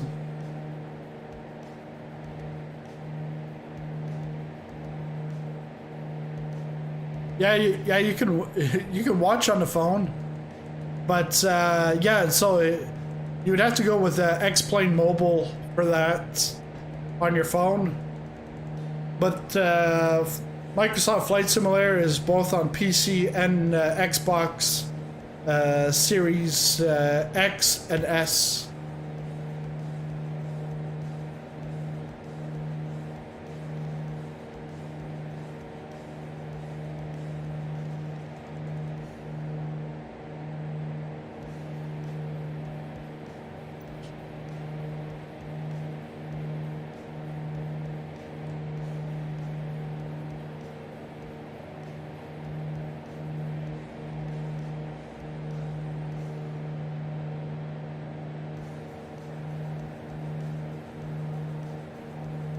Yep. Yes, it's definitely multiplayer.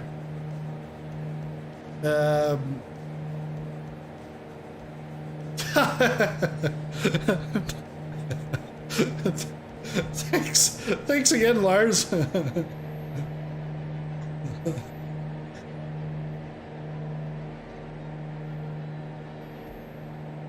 Thank you very much. You got these, what are these, they're,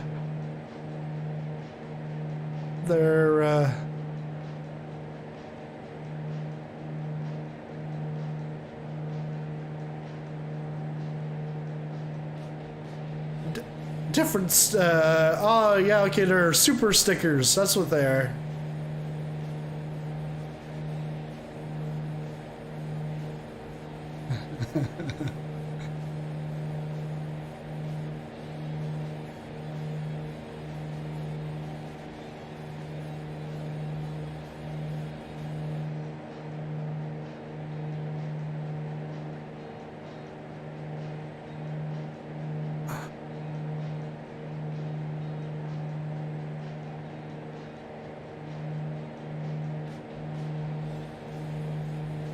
So the sun's starting to set, because you can start to see the sky is it's getting darker.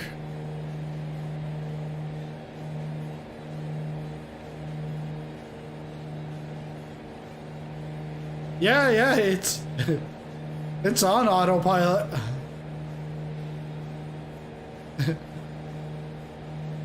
Hey Trent, yeah, the flying's going well. Yes, that's what I did a while ago. I put on autopilot, I ran upstairs, got myself a drink, and I came back.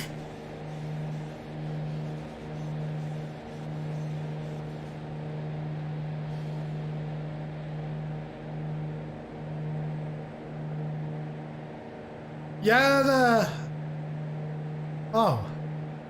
I was like, how do you know that? Yeah, fuel selector doesn't work. And I think that's a issue with a sim update 5. So I gotta go in here and just jack up the fuel. I wonder how I'm gonna have to do that on Saturday in the 152. I'm gonna test out the 152 beforehand just to make sure the stuff works, because that's gonna be a long trip, and I don't want to have to restart, and I don't want to get a CTD either.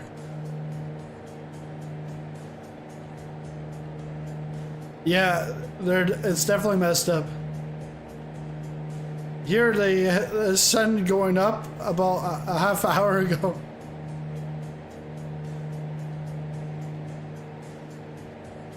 All that. Yeah, sun rising at like 2 a.m. What?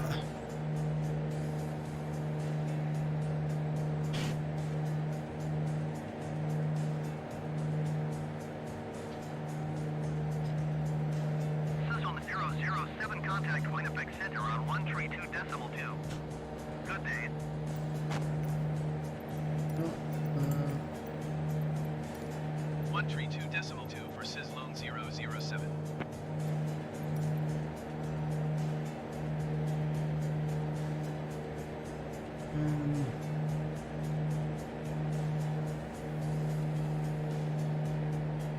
Lost.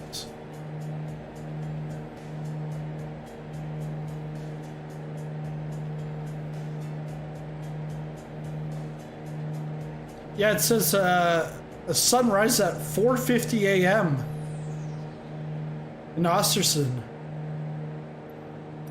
Winnipeg Center, Sizzlone 007, 5,000 feet. It's pretty early.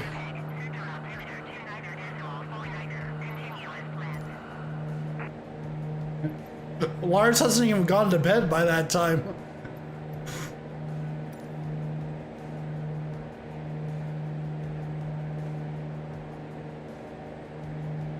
Yeah.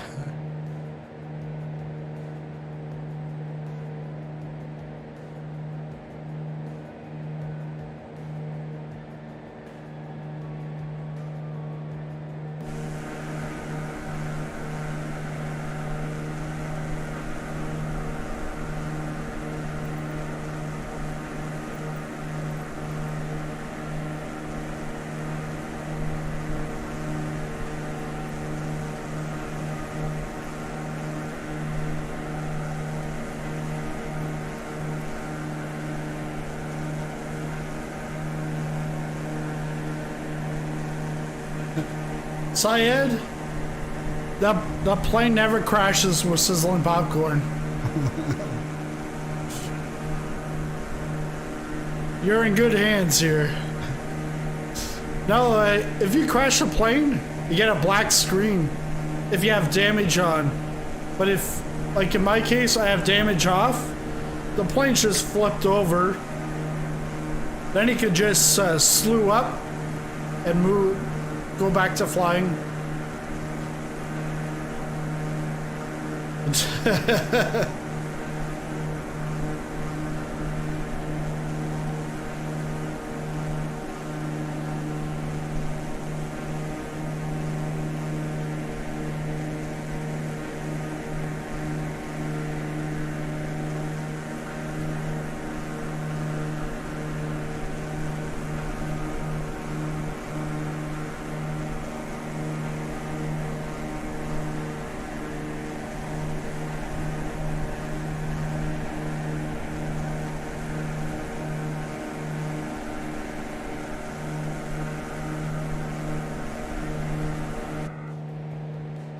Since we got a long ways to go still, about an hour and a half, I'm going to move us up above the clouds. Let's say 1,200 or 12,000 feet. That way we can see the sunset. We might still be able to see under here, but it won't be it'll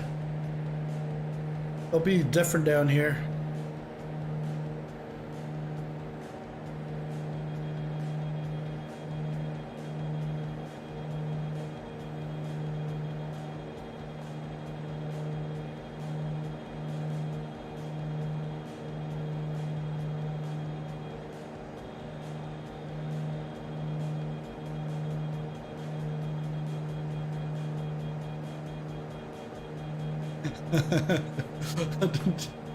Don't worry, that's fine. You can ask all the questions you want. I got the time to answer. Do you know what 1 + 1 equals? And no, it's not 2. It's a window.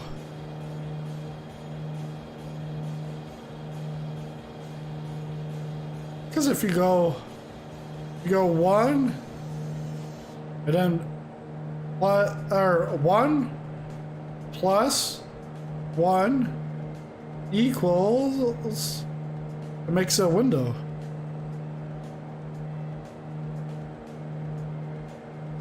Math 101.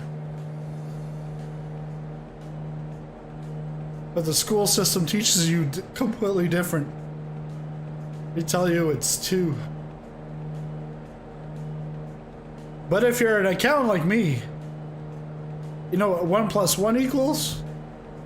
Whatever you want it to be.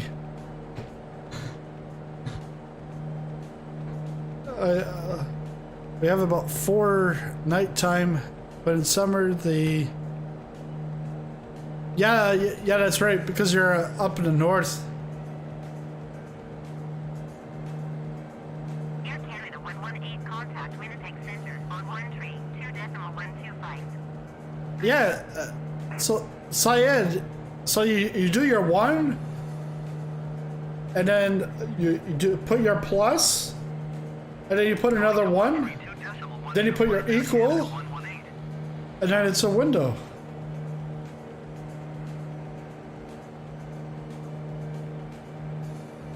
Hey Neptune, how's it going?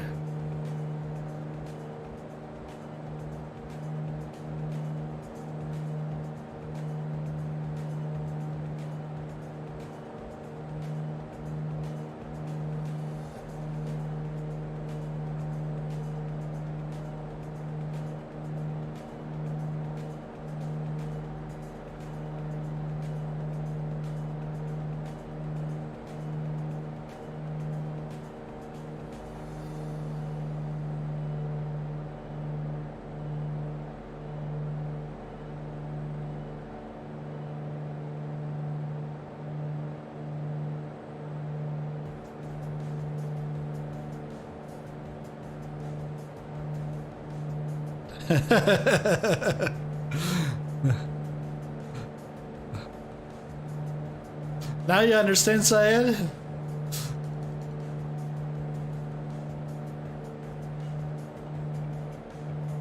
You know what that is? That is what you call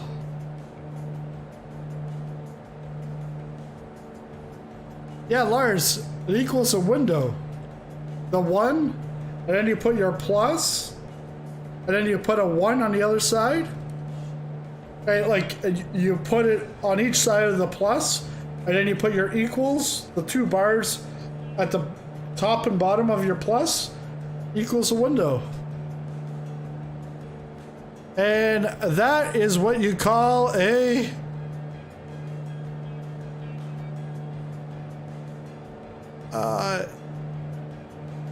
it's not taking my inputs. What's going on? That's what you call a...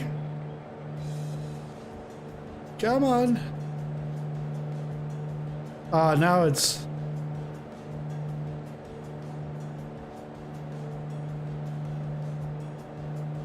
Yes, that's what it is. It's a dad joke.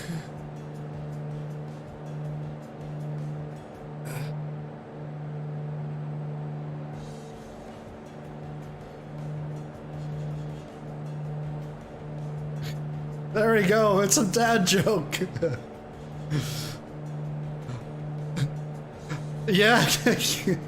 I need a life vest. Can you eat at the plane? Can you eat at the plane game? Yeah, I can like eat, I can drink, you can do whatever. What do you mean? Want to see the co-pilot? Oh, no co-pilot tonight.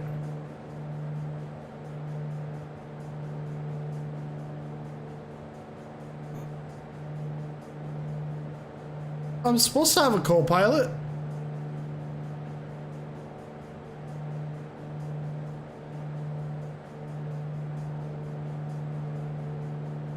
But if we go...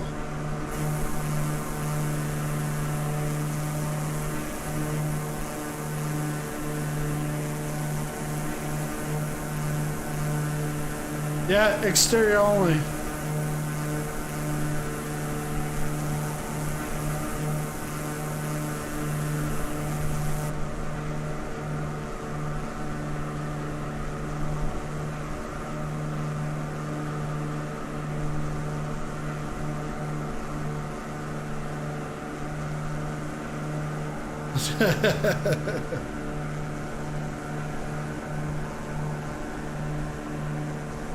Ghost.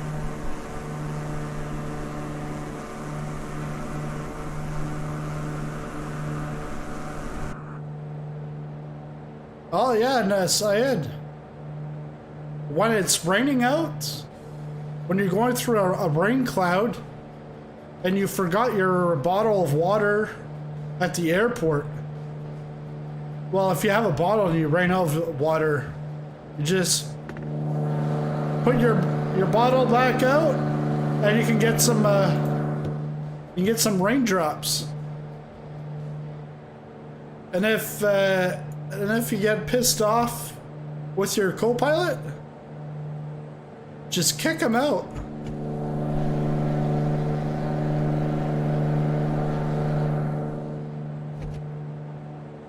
That's how you do it. Oh, look at that. We got a sun. Danger, yeah. Don't do that in real life.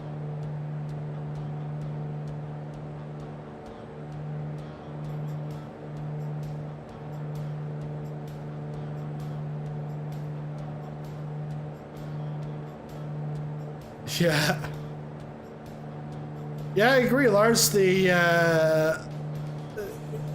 think you need max specs. You don't need it. You're proof. You said you could do some ultra and have live weather, live traffic, photogrammetry. You might not have the space to put all the DLCs that are out there, but even I'm starting to run down on space on my in my community drive or on my C drive. But I've got lots of stuff onto the D drive. We're coming up to 10,000.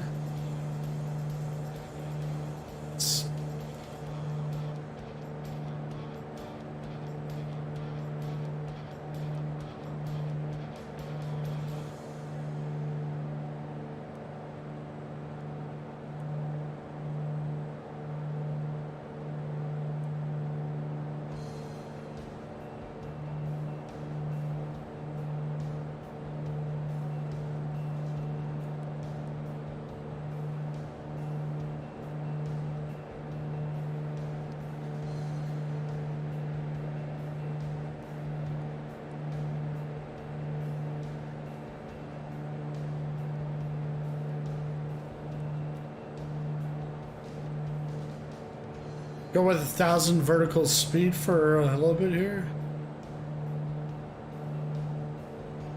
Get through this cloud.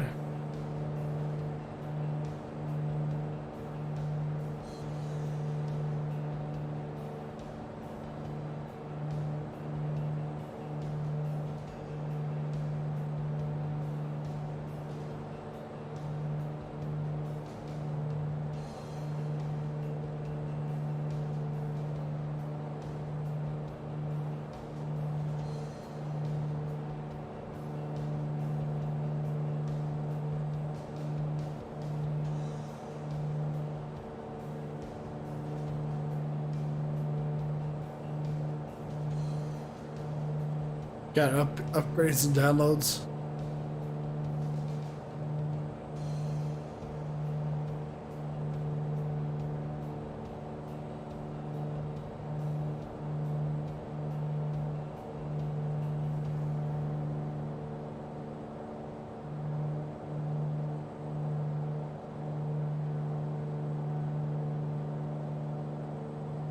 Now, Lars, is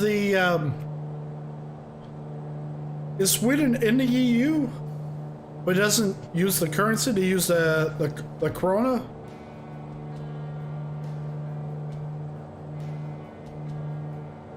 So I remember a couple of years ago, I was doing some auditing work, and they had some business in Sweden, and it was all in kronas. But then they, like, France, it was in euros, and in the UK it was in pounds. And I had to, like, cross-reference through different currencies. Because then they would, the company would report, like, they had several divisions, but then they'd all report probably in either Canadian or US dollars for the stock exchanges.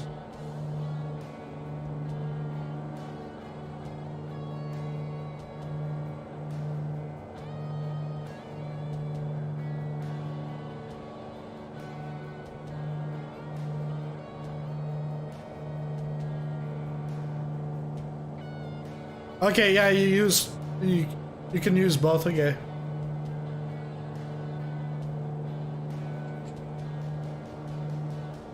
I didn't know if it was like the UK where they do not like the euro. Well, now they're out of the euro.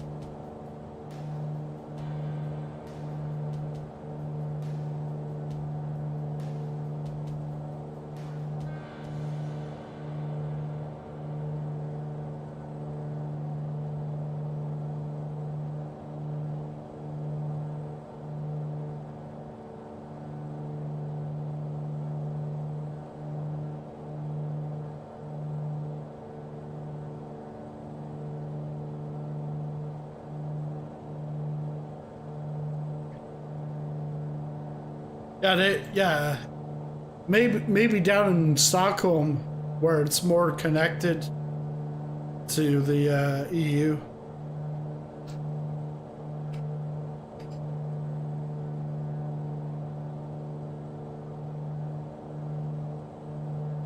Yeah, Lars, take a look at that link. Have you ever heard of Swedish berries?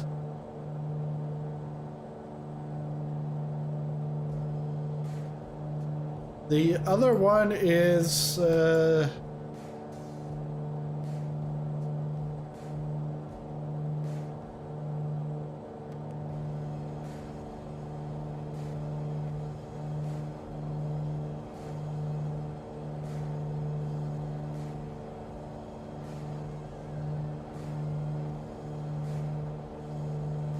and this one is Swedish fish.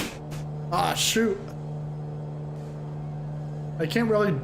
There's really no de-icing on this, I don't think.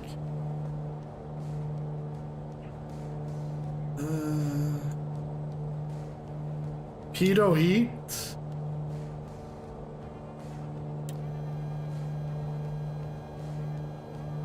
Oh, I can get a... Oh, shoot.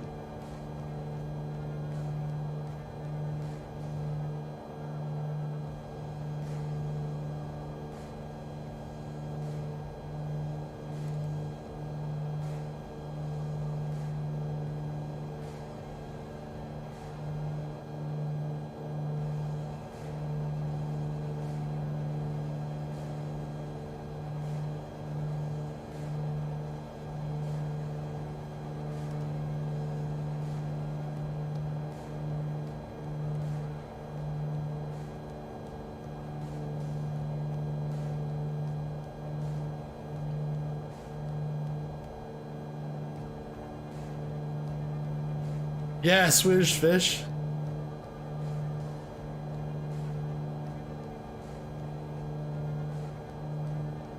No, but those two links are here in Canada. We've got Swedish berries and Swedish fish, but it's candy.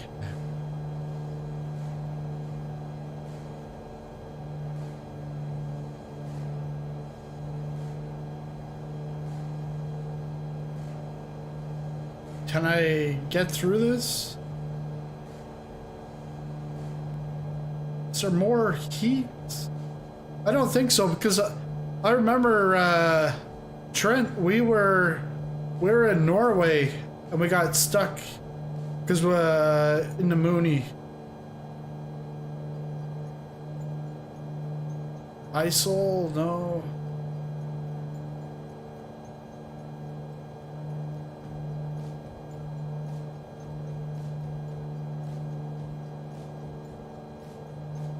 Panel lights.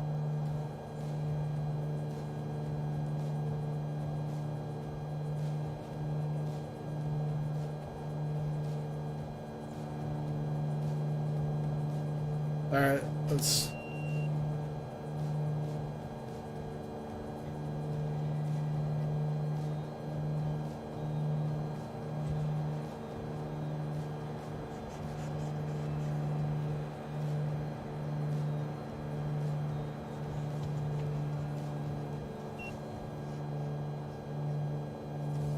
Oh shoot.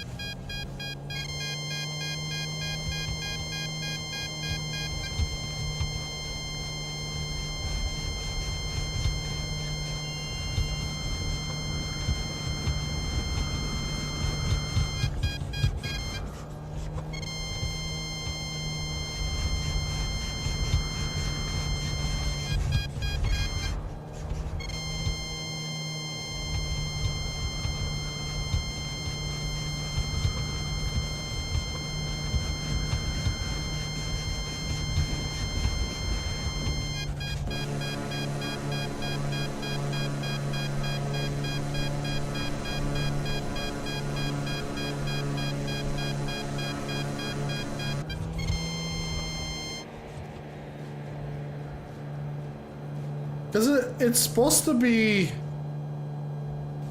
20,000 spiral time.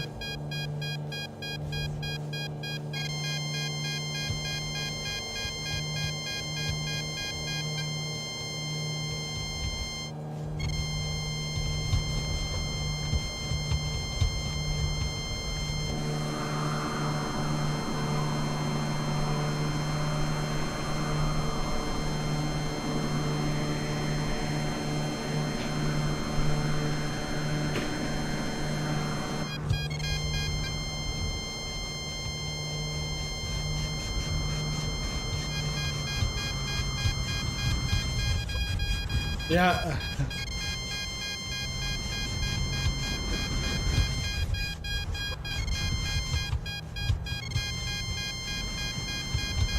Don't worry, passengers. We're gonna be safe. We're gonna be safe.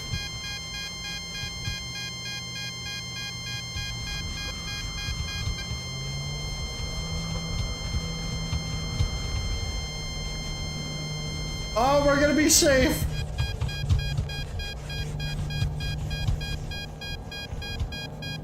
All right.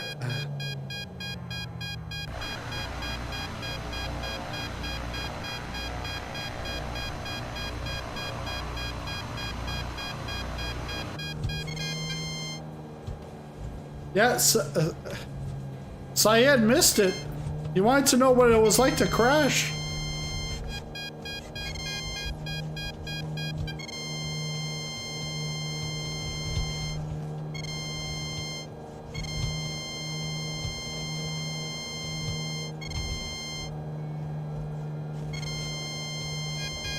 Oh.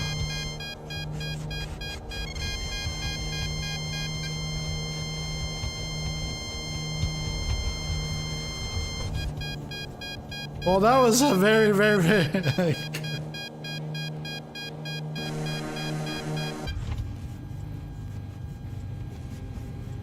Well, now that I'm like flat on the ground, I'll just go through these trees.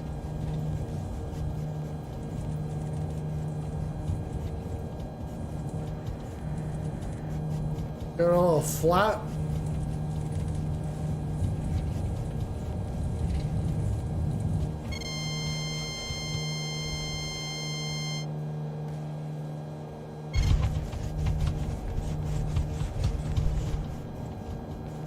So it still won't go up, probably because of the frost.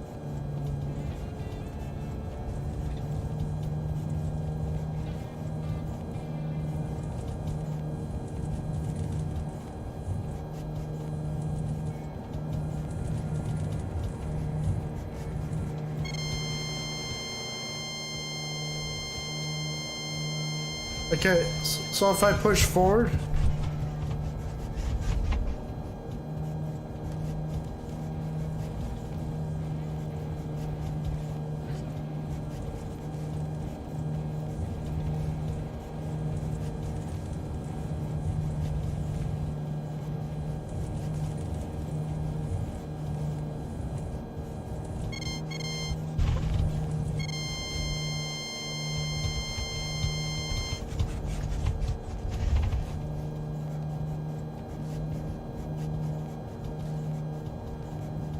I feel like there's no way to get out of this.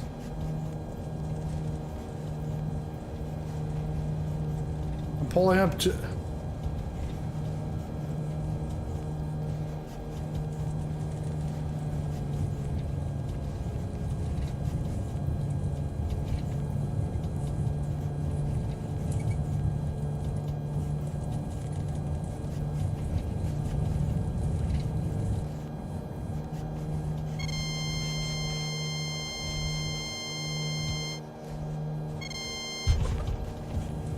Yeah, because I'm pushing in. It just pulls up. Bush run.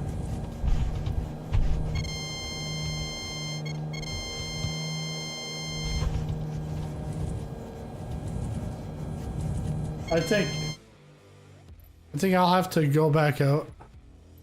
I'm not gonna restart. Let's maybe go from like Dryden or something. It's probably further than... Oh yeah, okay, yeah, okay. I should have looked at that. Because I did see the trim was all out of whack. Yeah, let's go from...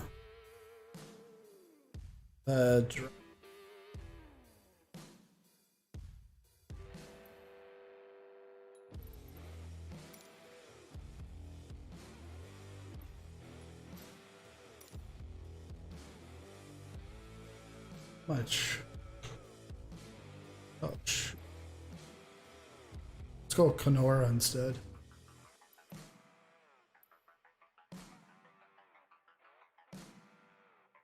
Snow.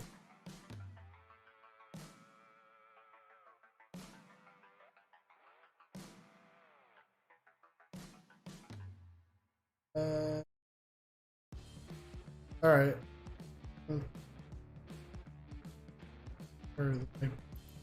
It's a sea base. Oh, there's Kenora. We got live.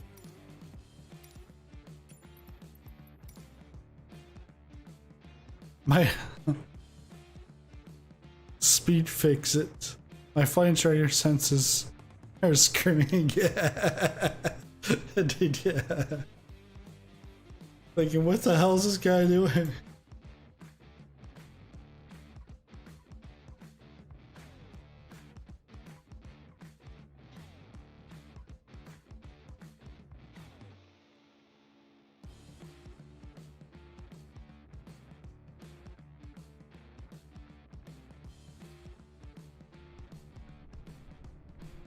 Yeah, I'm just gonna stay below the clouds.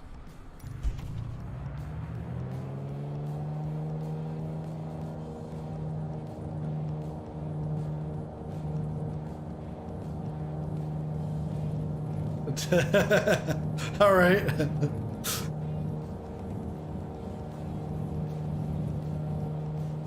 Yeah.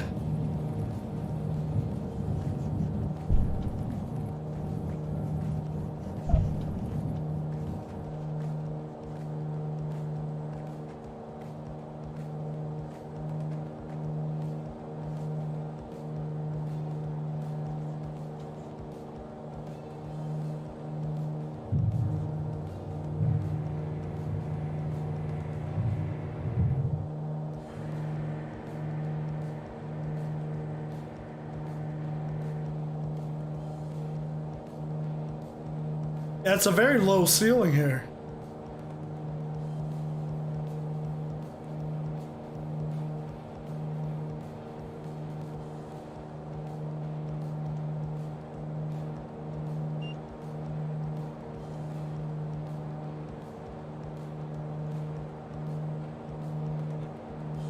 Spin recovery.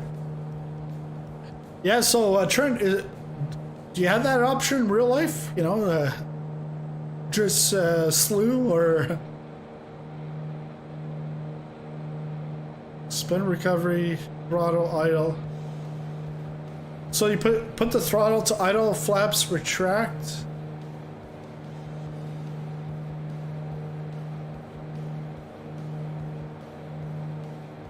Yoke full forward.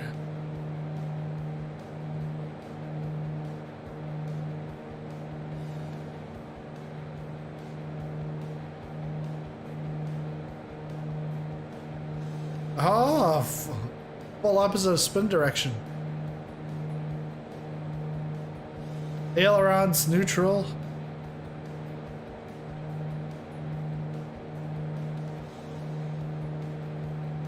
For the ailerons neutral, that would be my my pitch trim.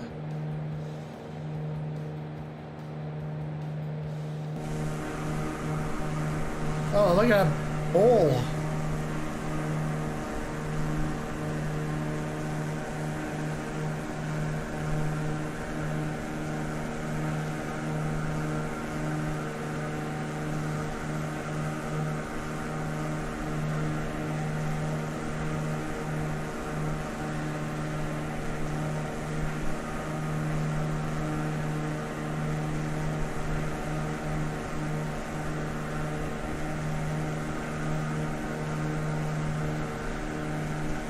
Attitude, pitch.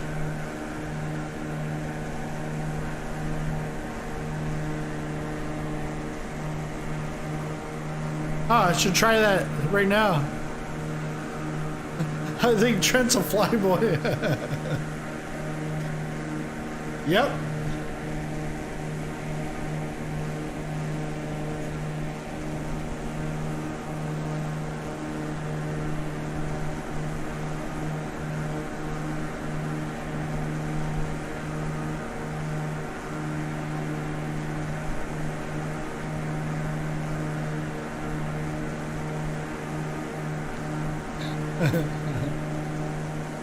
Upside down.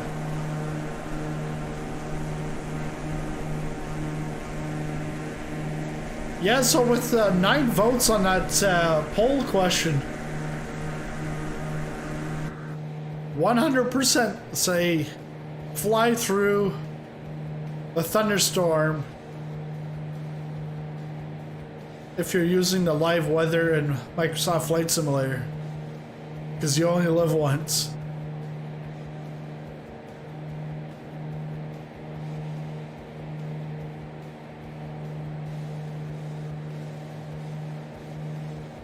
Well, let's get the VFR map up again.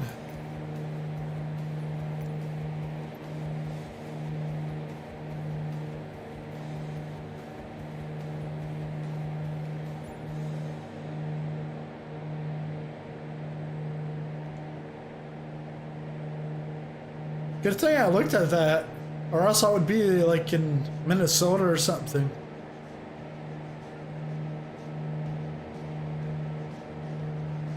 Ah, there we go. Yeah, it looks like it. The clouds will. I think there's an opening and then more clouds.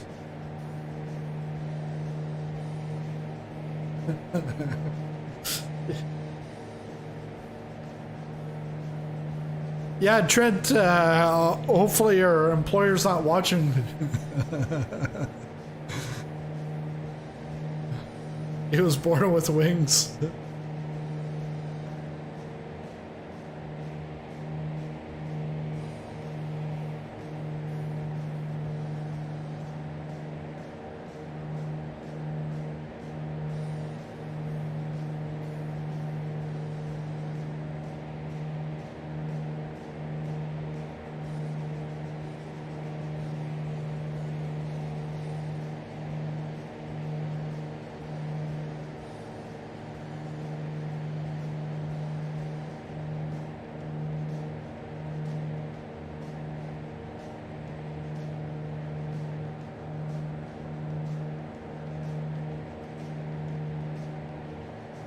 Have to avoid him by 20 nautical miles. Yeah, that, so if possible, okay. So if you can't avoid it by 20 nautical miles, do you still go through it in real life, or do you completely cancel the flight? I know that might be different for when you're teaching versus an actual like chartered flight or something.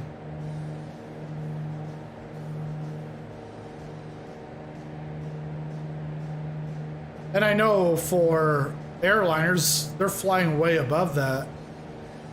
Unless they have to fly through it.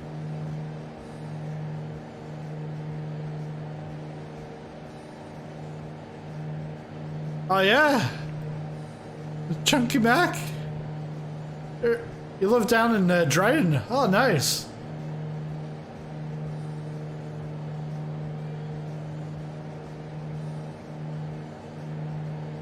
It's weird because the video says nothing about Dryden. I wasn't even planning on going there, but it was because I just spun out of control, falling from the sky, and then YouTube. Yes, somehow someone from Dryden shows up. It's great.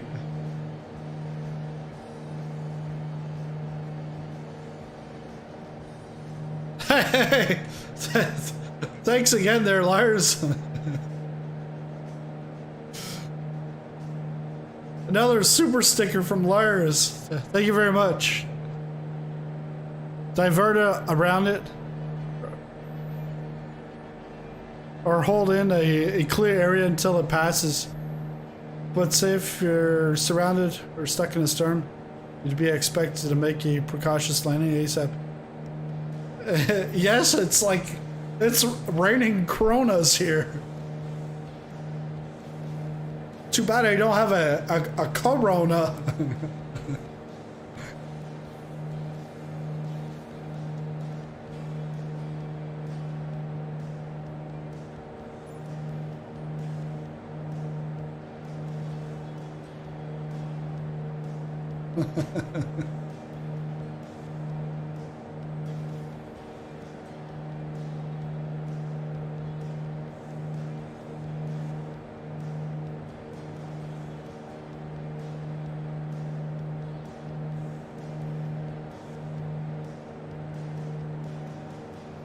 Yeah, let's go on the outside. Let's see it. Take a look at this.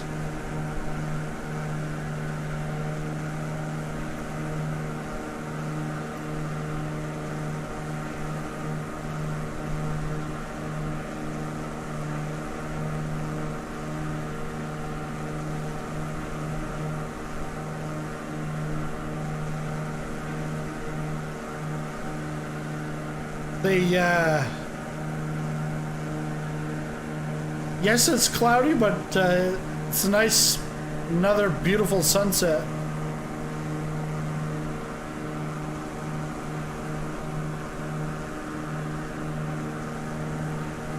And there's no rain. The only rain is the Coronas and the Chad. Thanks again, Lars.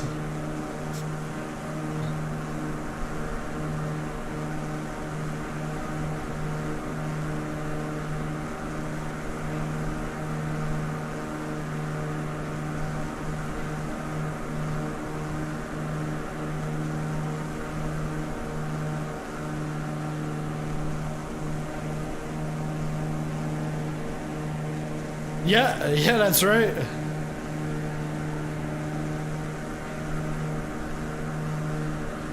They YouTube takes a slight cut, but oh, I think I know why. Because I see 143.90, but I think that's in it's because it's in US dollars on my side. Because 4 years ago when I started the channel, I put it in US dollars. But yeah, because at first I was thinking like 50 coronas was like, I knew it wasn't $50, but when I looked at it, I go, hey, yeah, nice.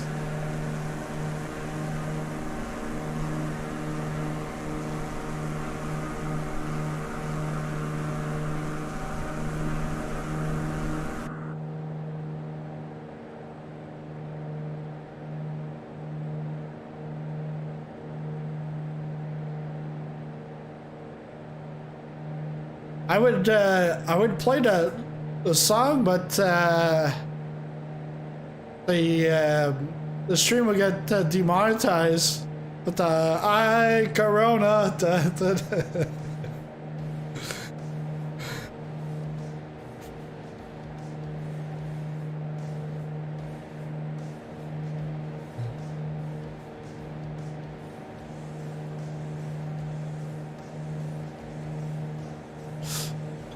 You don't know if you want to go for a flight stick or at all, because you mostly play racing games.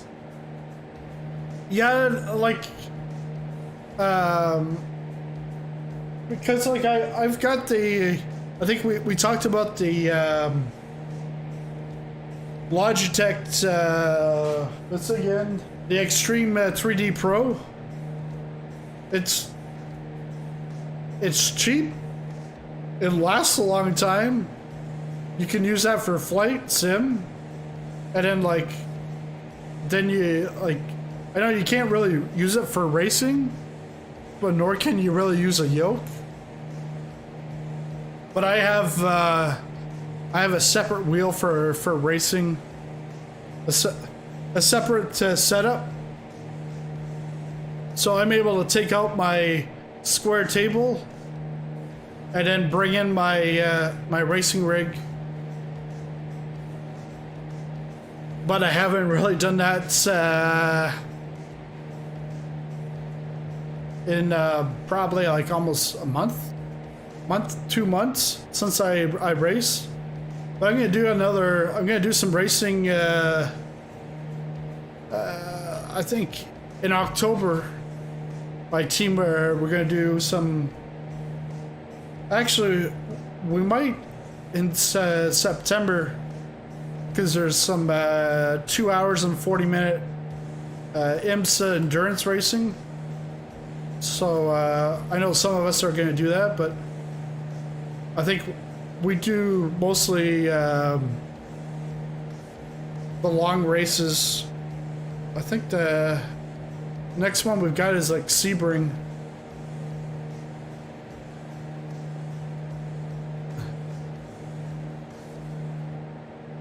It's sweet and stupid about Corona.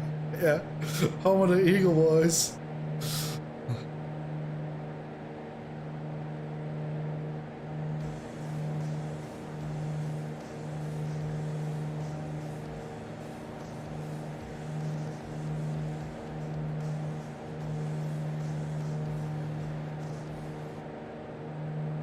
Let's see.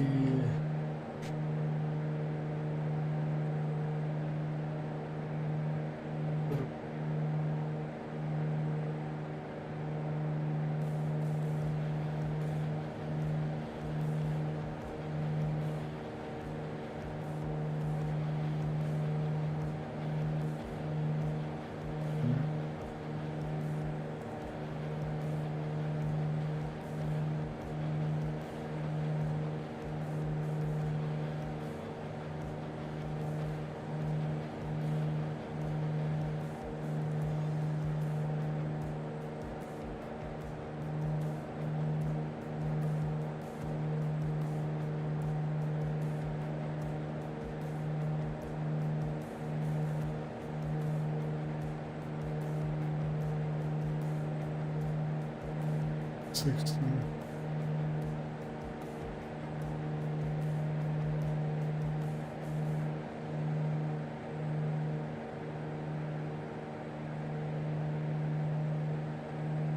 Yeah, flight yoke with truss, no pedals.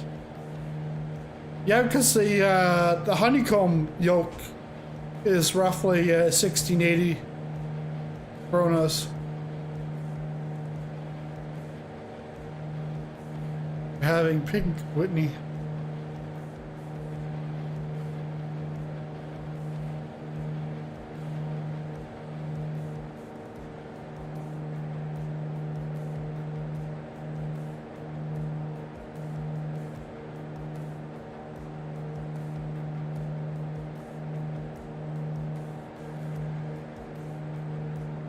Yeah, a while ago when I was doing that spin dive, you guys should have been using this.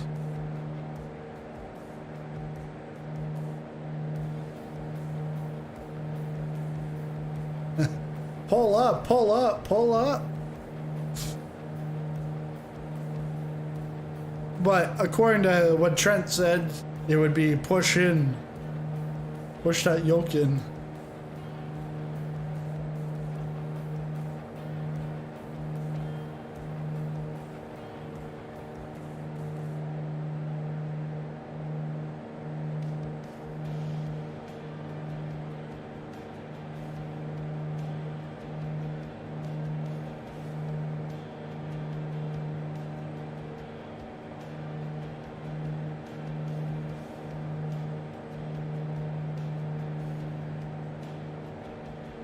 Yeah, I gotta install the wings, then you can pull up. Yeah, make sure my trim's not pushing me up automatically.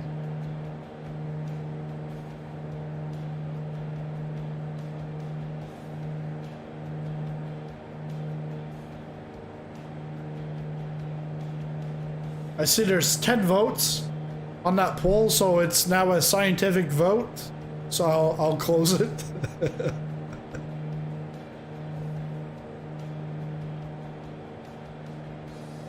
It's scientific.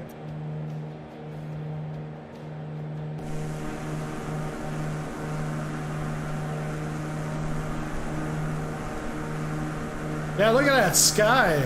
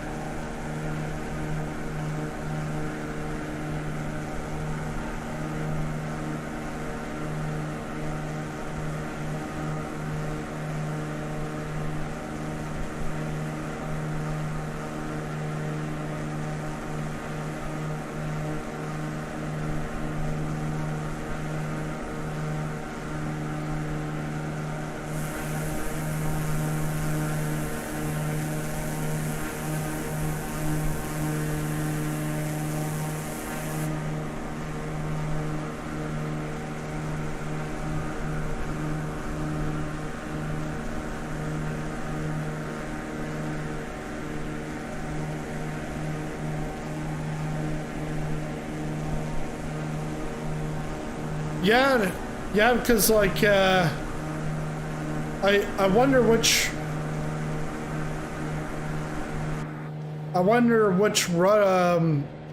yoke you're talking about, because okay,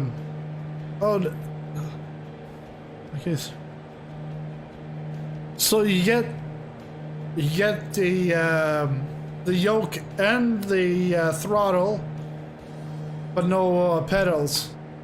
Yeah, so I yeah, the honeycomb yoke, the alpha, is is about it's over 200 Canadian, which is like roughly about the same price. Yeah, it's about 1680. So that's just the yoke is 1680, and then the but I've got the Logitech gear quadrant, which I don't know. I think it might have been like 70. Might have been like 500 Coronas. And the pedals, rudder pedals was... Because I have... Yeah, gear quadrant and the rudder pedals are Logitech. Which are like the cheap entry, which is completely fine. They work. They're a lot better than using right rudder and left rudder on the Stream Deck, because that's how it went last year. It's like I'm doing a review on an airplane, and then you just see me with the rudder. So now with the pedals, yeah, you can do it a lot smoothly. And we got just over 50 nautical miles till the time map. What?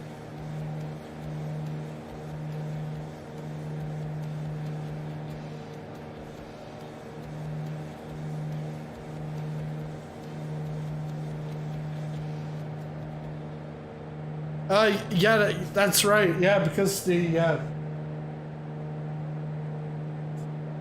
because with the Extreme Pro, you've got, so you can twist, and that's your rudder, and then your up, down, and sideways, and your fuel is right here.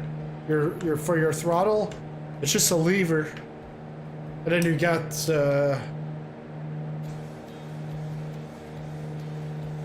I think in total you got like 12 buttons that you can map out.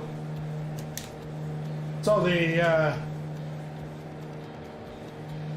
Logitech Extreme 3D Pro, I'd say it's I would say that's bang for your buck. Although I think it's like the same price that I paid for like 10 years ago. And yeah, pedals are worth it, yeah. It definitely beats pressing buttons. Because the thing is, when you're pressing on a keyboard or like a Stream Deck or something, it's 100% or 100%, like, there's no in between. You can't modulate. But on the rudder pedals, yeah, you can. That's the same thing with racing. I started off with a Thrustmaster T150, but then my pedals, the gas pedal, even on a cheap one, it's fine because that's not the problem. Your issue is the brake and trail braking. Well, on a T150, the brake, there's no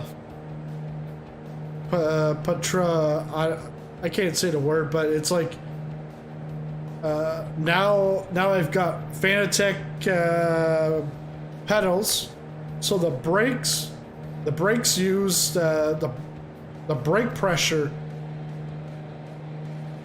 rather than the brake distance. So I can make that brake. I can set it up so that I can just tap a little bit, or I can really push hard on it to have 100%. But when I'm racing, like in iRacing, you barely ever use 100% braking unless you're trying to avoid an accident. But at 100%, you're gonna run into the other guy anyways. Yeah, load cell. That's what. Yeah.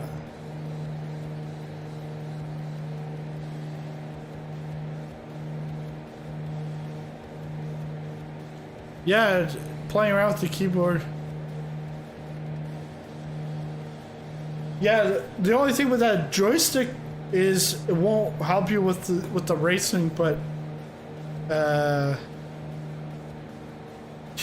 might have to have, because it's not that much room. It's actually less room than a keyboard.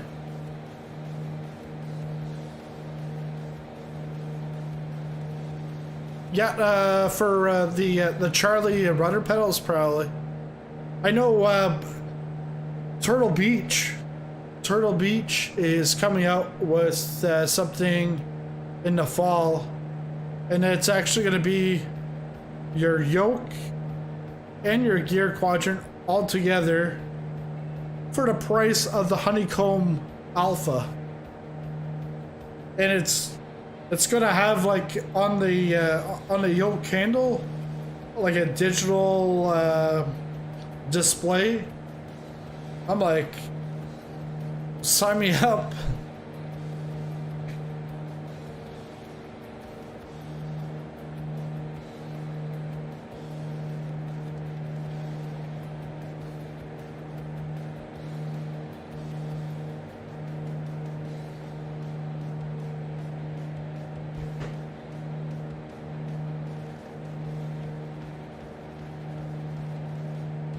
So we're out of the clouds, or the thick clouds.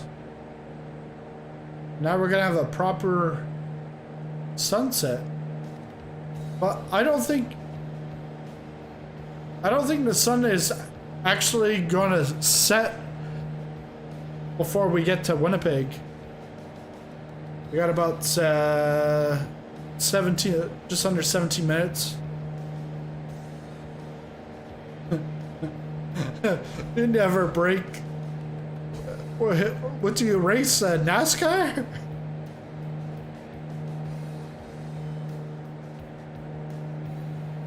Yeah, but sometimes to have a faster lap time, you use the brakes very minimally. It's because sometimes they using a brake actually, with the braking, shifts the car, the balance of the car, so that you can get into the turn a lot quicker than if you try to just slow down or just try to speed right through.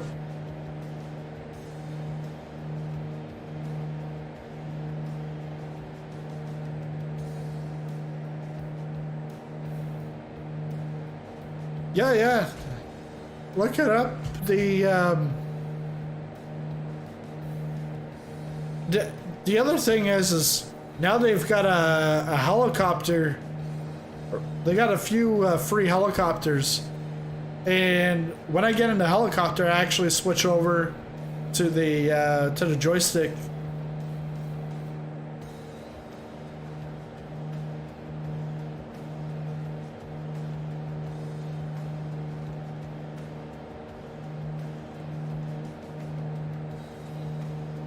Yeah, I think it's 15 minutes, and then there's a line to take me in to the airport. So it's not really 15 minutes.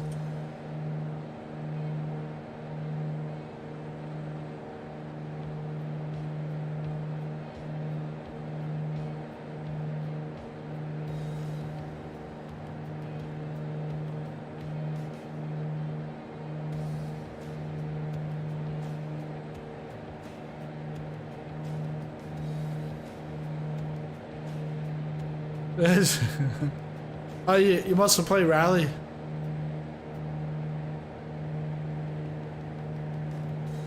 Today, iRacing, they just released Mount Washington. It's the first time that they have a point-to-point track. It's a rally course, so single car. You're doing like time trials, really. So I watched a couple of videos, and a guy did the descent in a Formula V car. He turns off the engine and he just coasts on the way down. He's going like 60, 65 miles an hour just from the slope. And it's just like turn, turn, turn, turn, turn. And then he actually went off the track.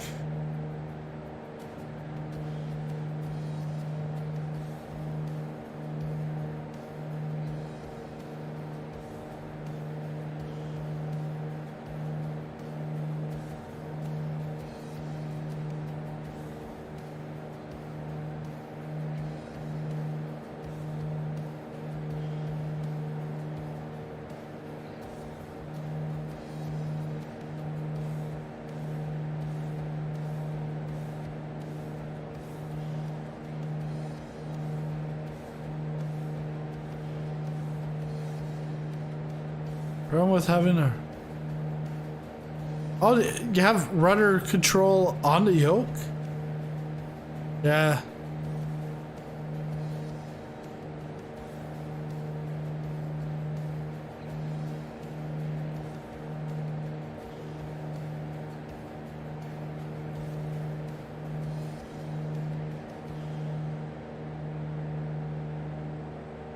Yeah, their price tag on that comes in at like, because like to me when I first look at it, it looks like plasticky and stuff, but really, honeycomb yoke, it's plastic. It's just hard plastic.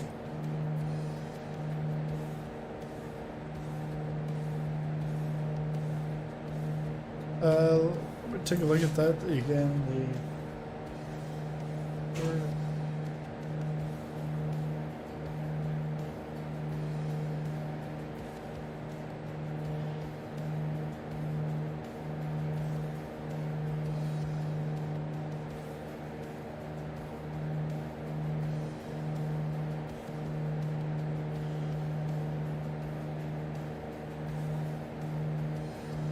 Oh, God, it's a little more than the honeycomb, because 349, 350 US. Yeah, it's a little bit more, but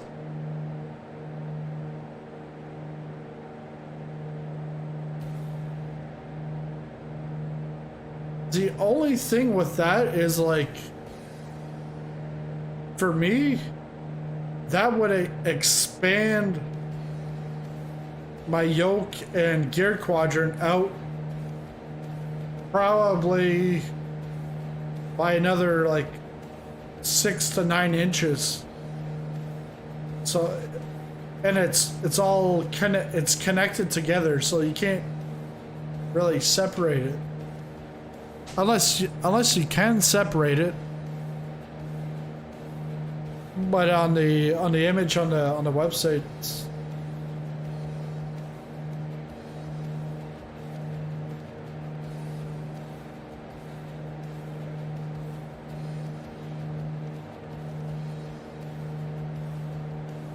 and you don't have to pay for the modular, like you don't have to pay for the different knobs, just like the Logitech. But for the Bravo, the Honeycomb Bravo, you have to pay for the Airbus buttons.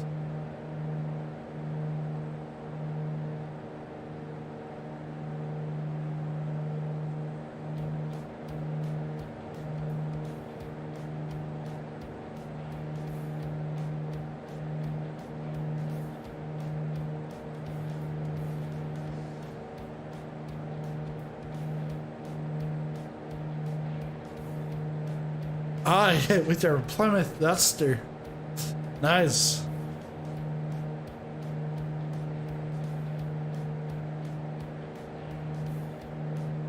Yeah, throw in some rudder pedals and you're good.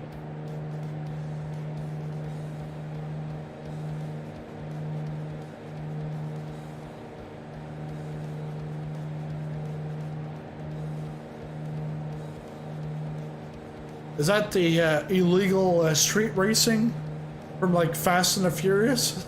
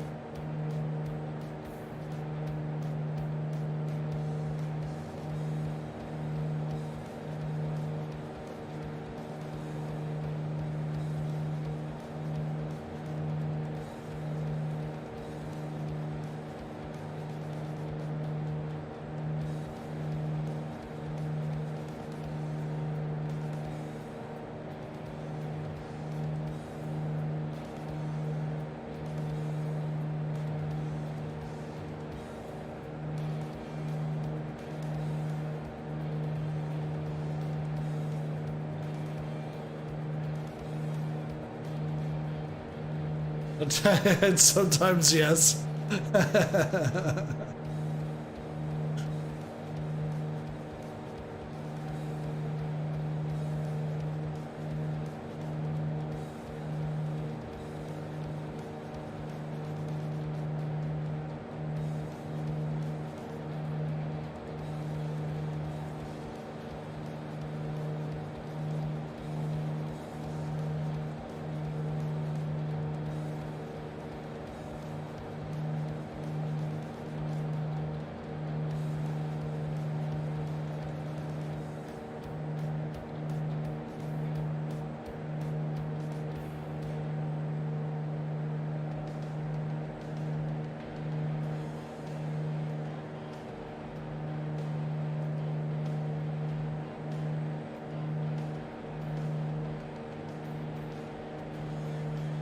The airport's right up here.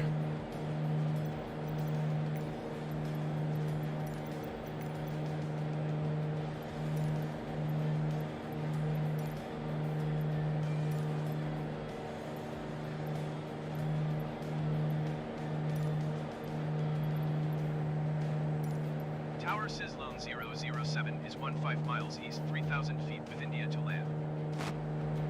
Sizzle 007 Tower. Altimeter 29.5, 2 wind 267 at 15. Make straight in runway 31.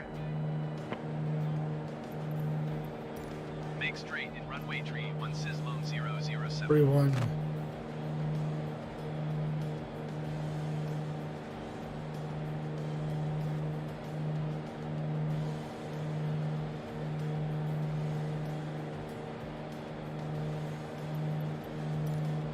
I just saw it. Now I don't see it. Oh, right here.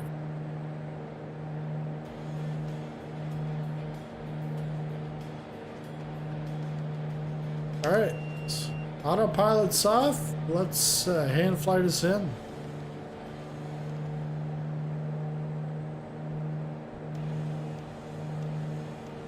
Tower ExitJet 788, 11 miles south inbound 8 LS Zulu runway 31 approach.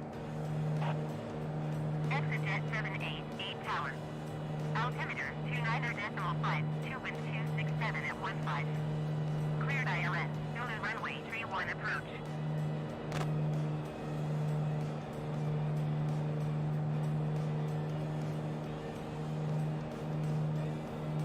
Cleared ILS Zulu runway 31 approach ExitJet 788. Going for the butter. Butter, butter, butter.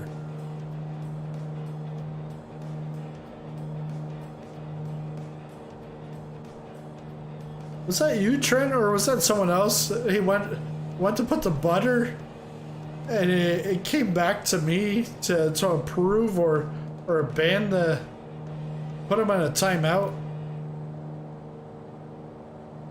It was either you or Kenju.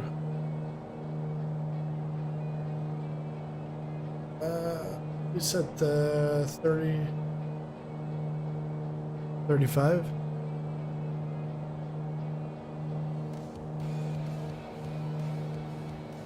Yeah. Yeah, so I got rid of that on the Nightbot because spamming emojis.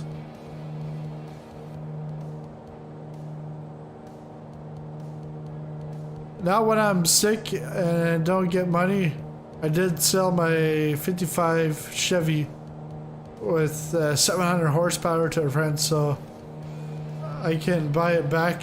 The Duster is a day driver in summertime only. 500 horsepower.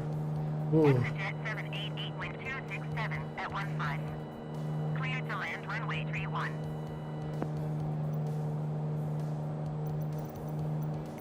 Cleared to land runway 31 ExitJet 788.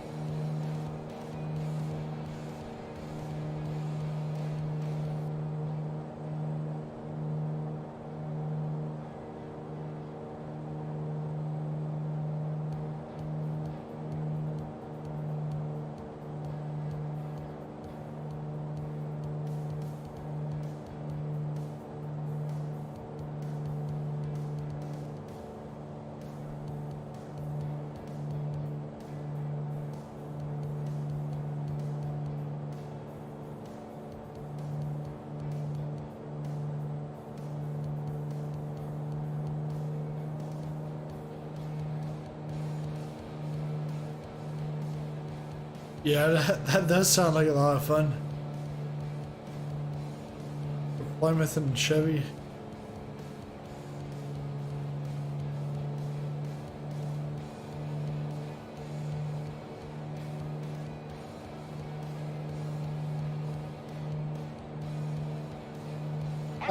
I'm thinking this is. Jet 788 follows the generic on final. I'm thinking this is photogrammetry here in Winnipeg. Clear to land runway 31.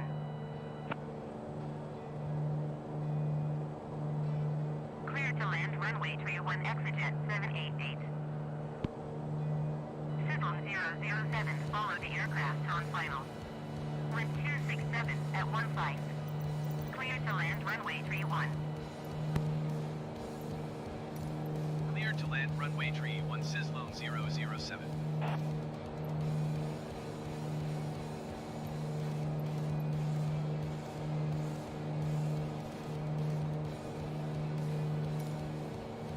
Yeah.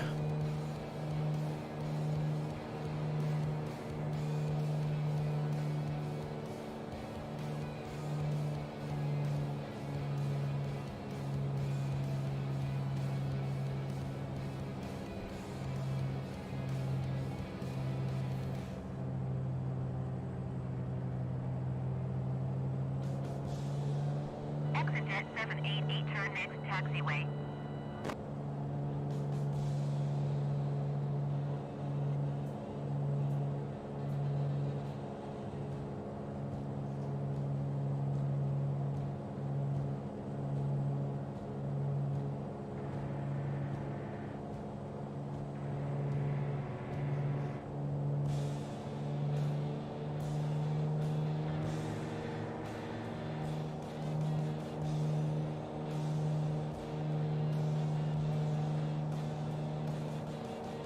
Do not, please.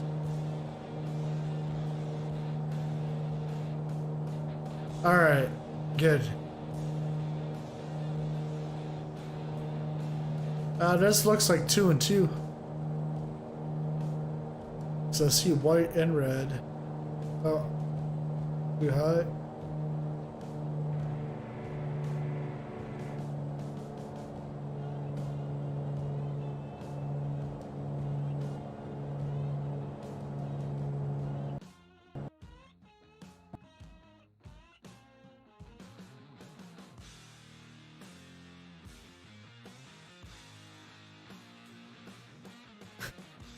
Come on!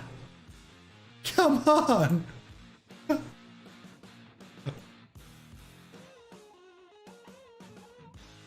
I want to land. I want to land at Winnipeg. I'll just go out like a couple of miles and it's like, ah.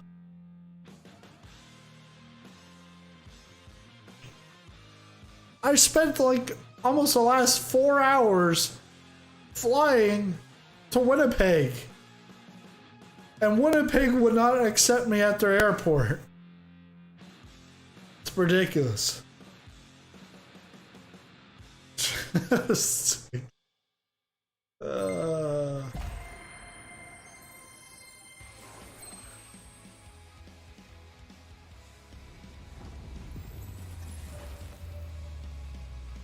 It's like a cliffhanger.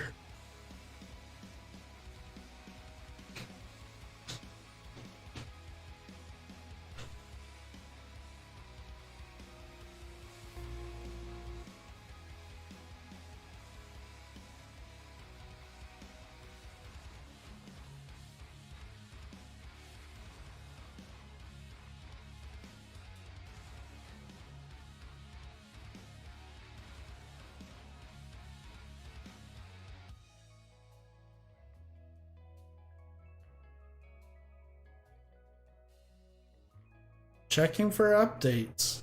Then it's gonna be like, oh, we got like 50 updates for you. Nah. Shouldn't.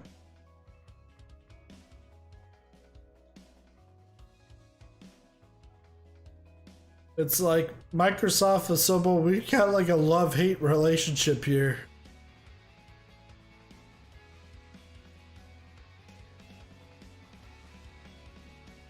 It's close to a true thing.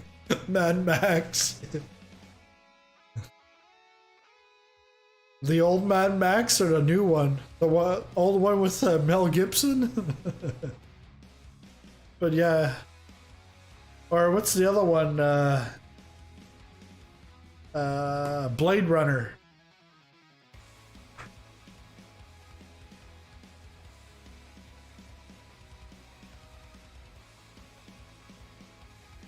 Part human, part robot.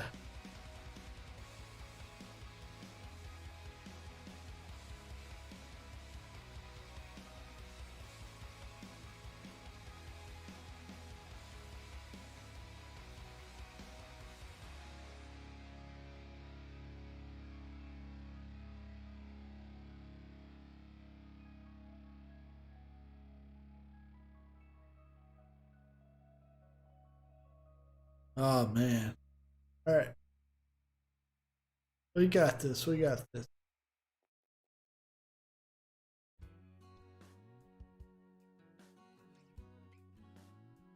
Good deal.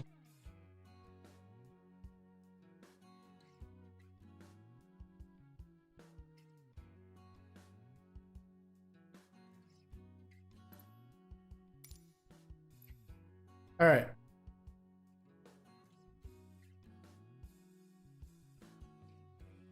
Here, let's just take off from Lanecrest. Departure. And we're gonna arrive at Winnipeg. 5 minutes. We were just there. Now they're saying thunderstorms? What?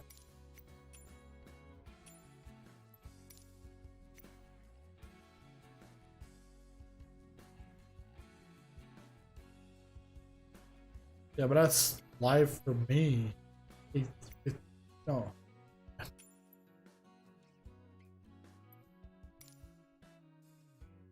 So now it's gonna be dark?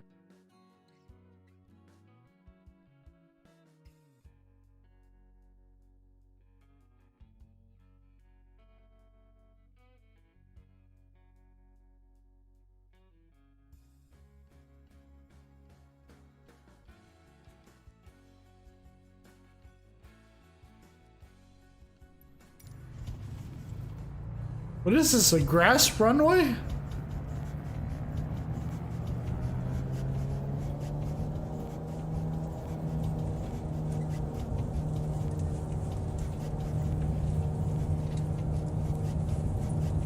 Just in someone's backyard.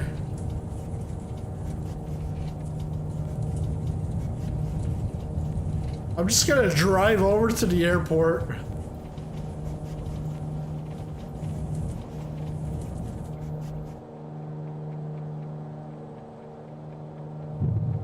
Gear up. Flap.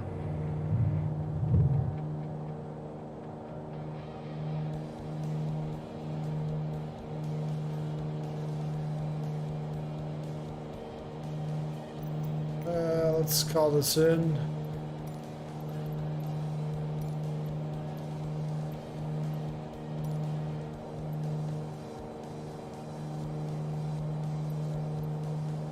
Tours after you. No, but yeah, it's actually nice. It's the same weather that it was before, so that's good. Tower Sizzlone 007 is 10 miles east, 2,200 feet with India to land. Sizzlone 007 Tower. Altimeter 29er decimal 5 to wind 267 at 15. Fly straight in runway tree 1.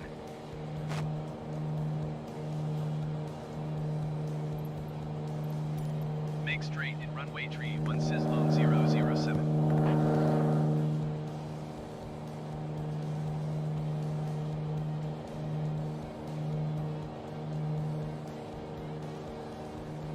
Tower flare 18715 miles. South inbound ILS Zulu runway 31 approach.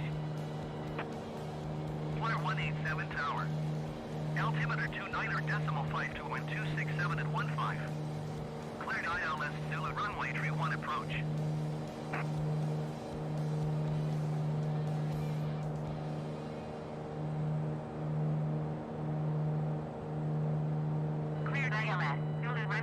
1 approach, clear 187. Pull up.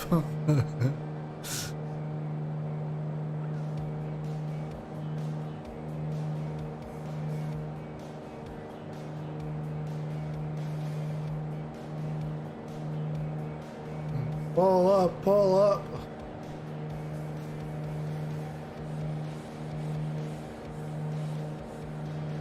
We gotta wait for NCB.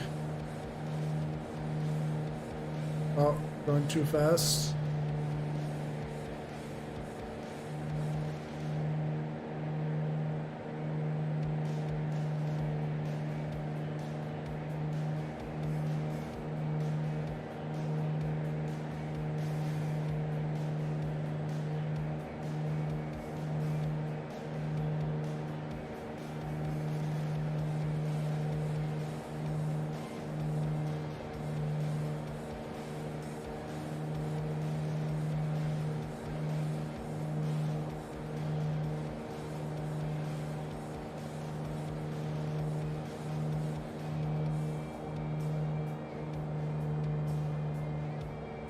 Sizzle 007, follow the aircraft on final.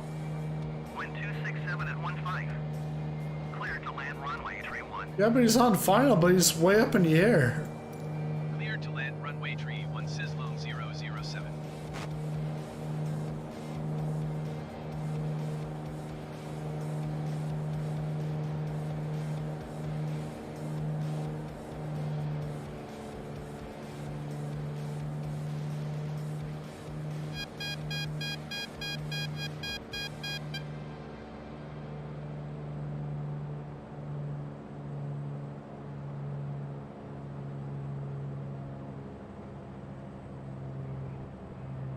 North Caribou 2049er exit runway when able.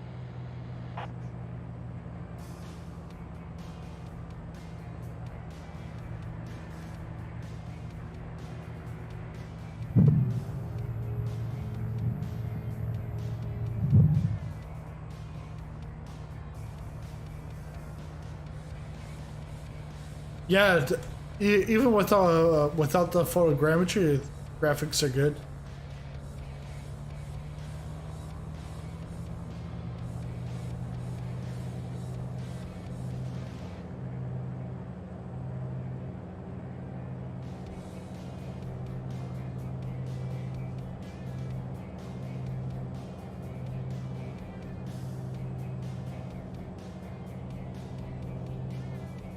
It's getting a little wonky on me again. Is there like a crash at Winnipeg?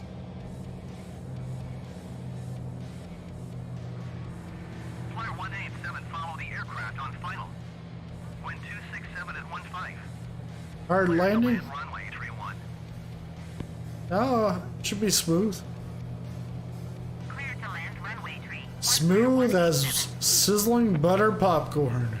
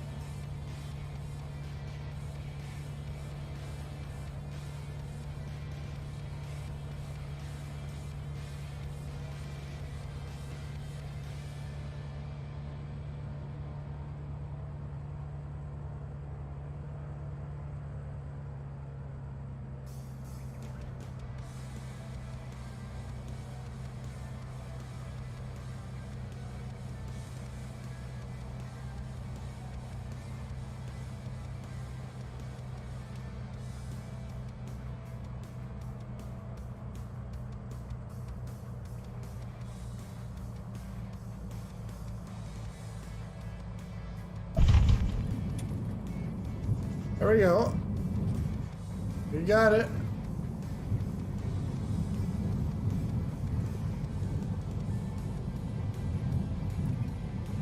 Hey, Maddie. Flyer 187, go around.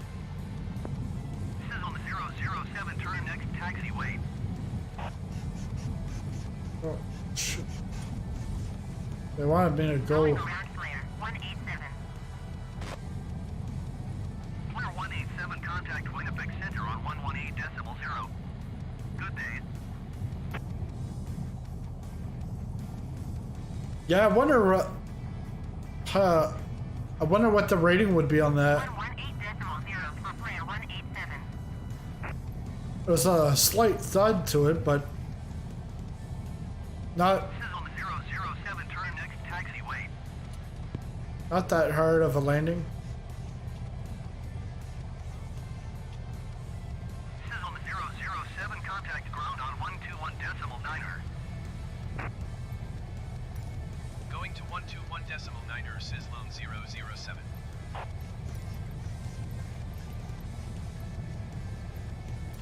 Ground Sizzlone 007, request taxi to the gate. Sizzle 007 taxi to gate 9er.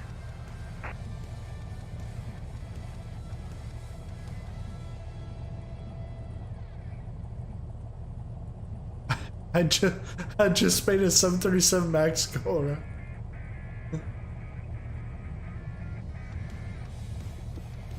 Sizzle 007, did you copy? Taxiing to gate 9er, Sizzlone 007. In real life? Imagine that.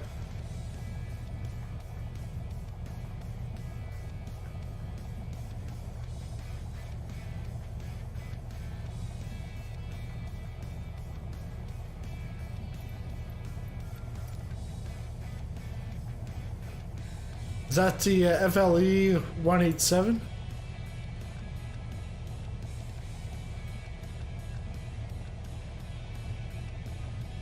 Hey, Joe.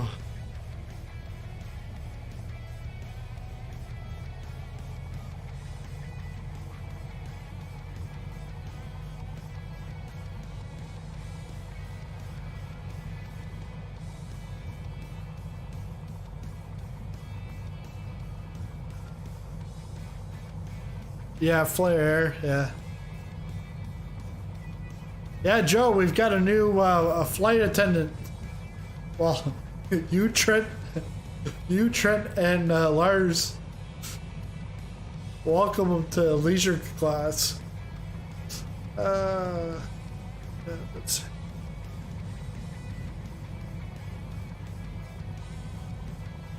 All right, sounds good.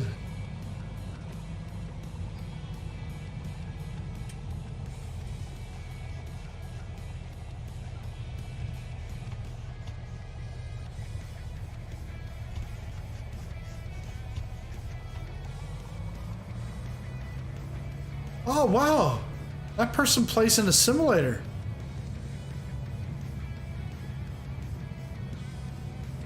They've got the flight simulator livery. That was a real plane. All right. Well, thank you for choosing Sizzling Popcorn Airlines. And man, that was some good old fun. Even though some crashes, that was spectacular. Couldn't do it without you guys. And yeah, thanks everyone for joining. And yeah, thanks Lars for all the rain and the with the super stickers and the coffee and the leisure class. And see you guys all on Friday nights. Friday night we got community events, and then Saturday it's my big fundraiser to go to California, Flight Sim Expo in Vid Summit, and 28 to 30 hour flight in a 152 cross country. The green one. Yeah, no, I was just joking, Lars, about the green livery. I was just joking that Oh, that guy plays in a similar. It's just a AI aircraft. But yeah, see you guys on Friday and Saturday. And happy flying.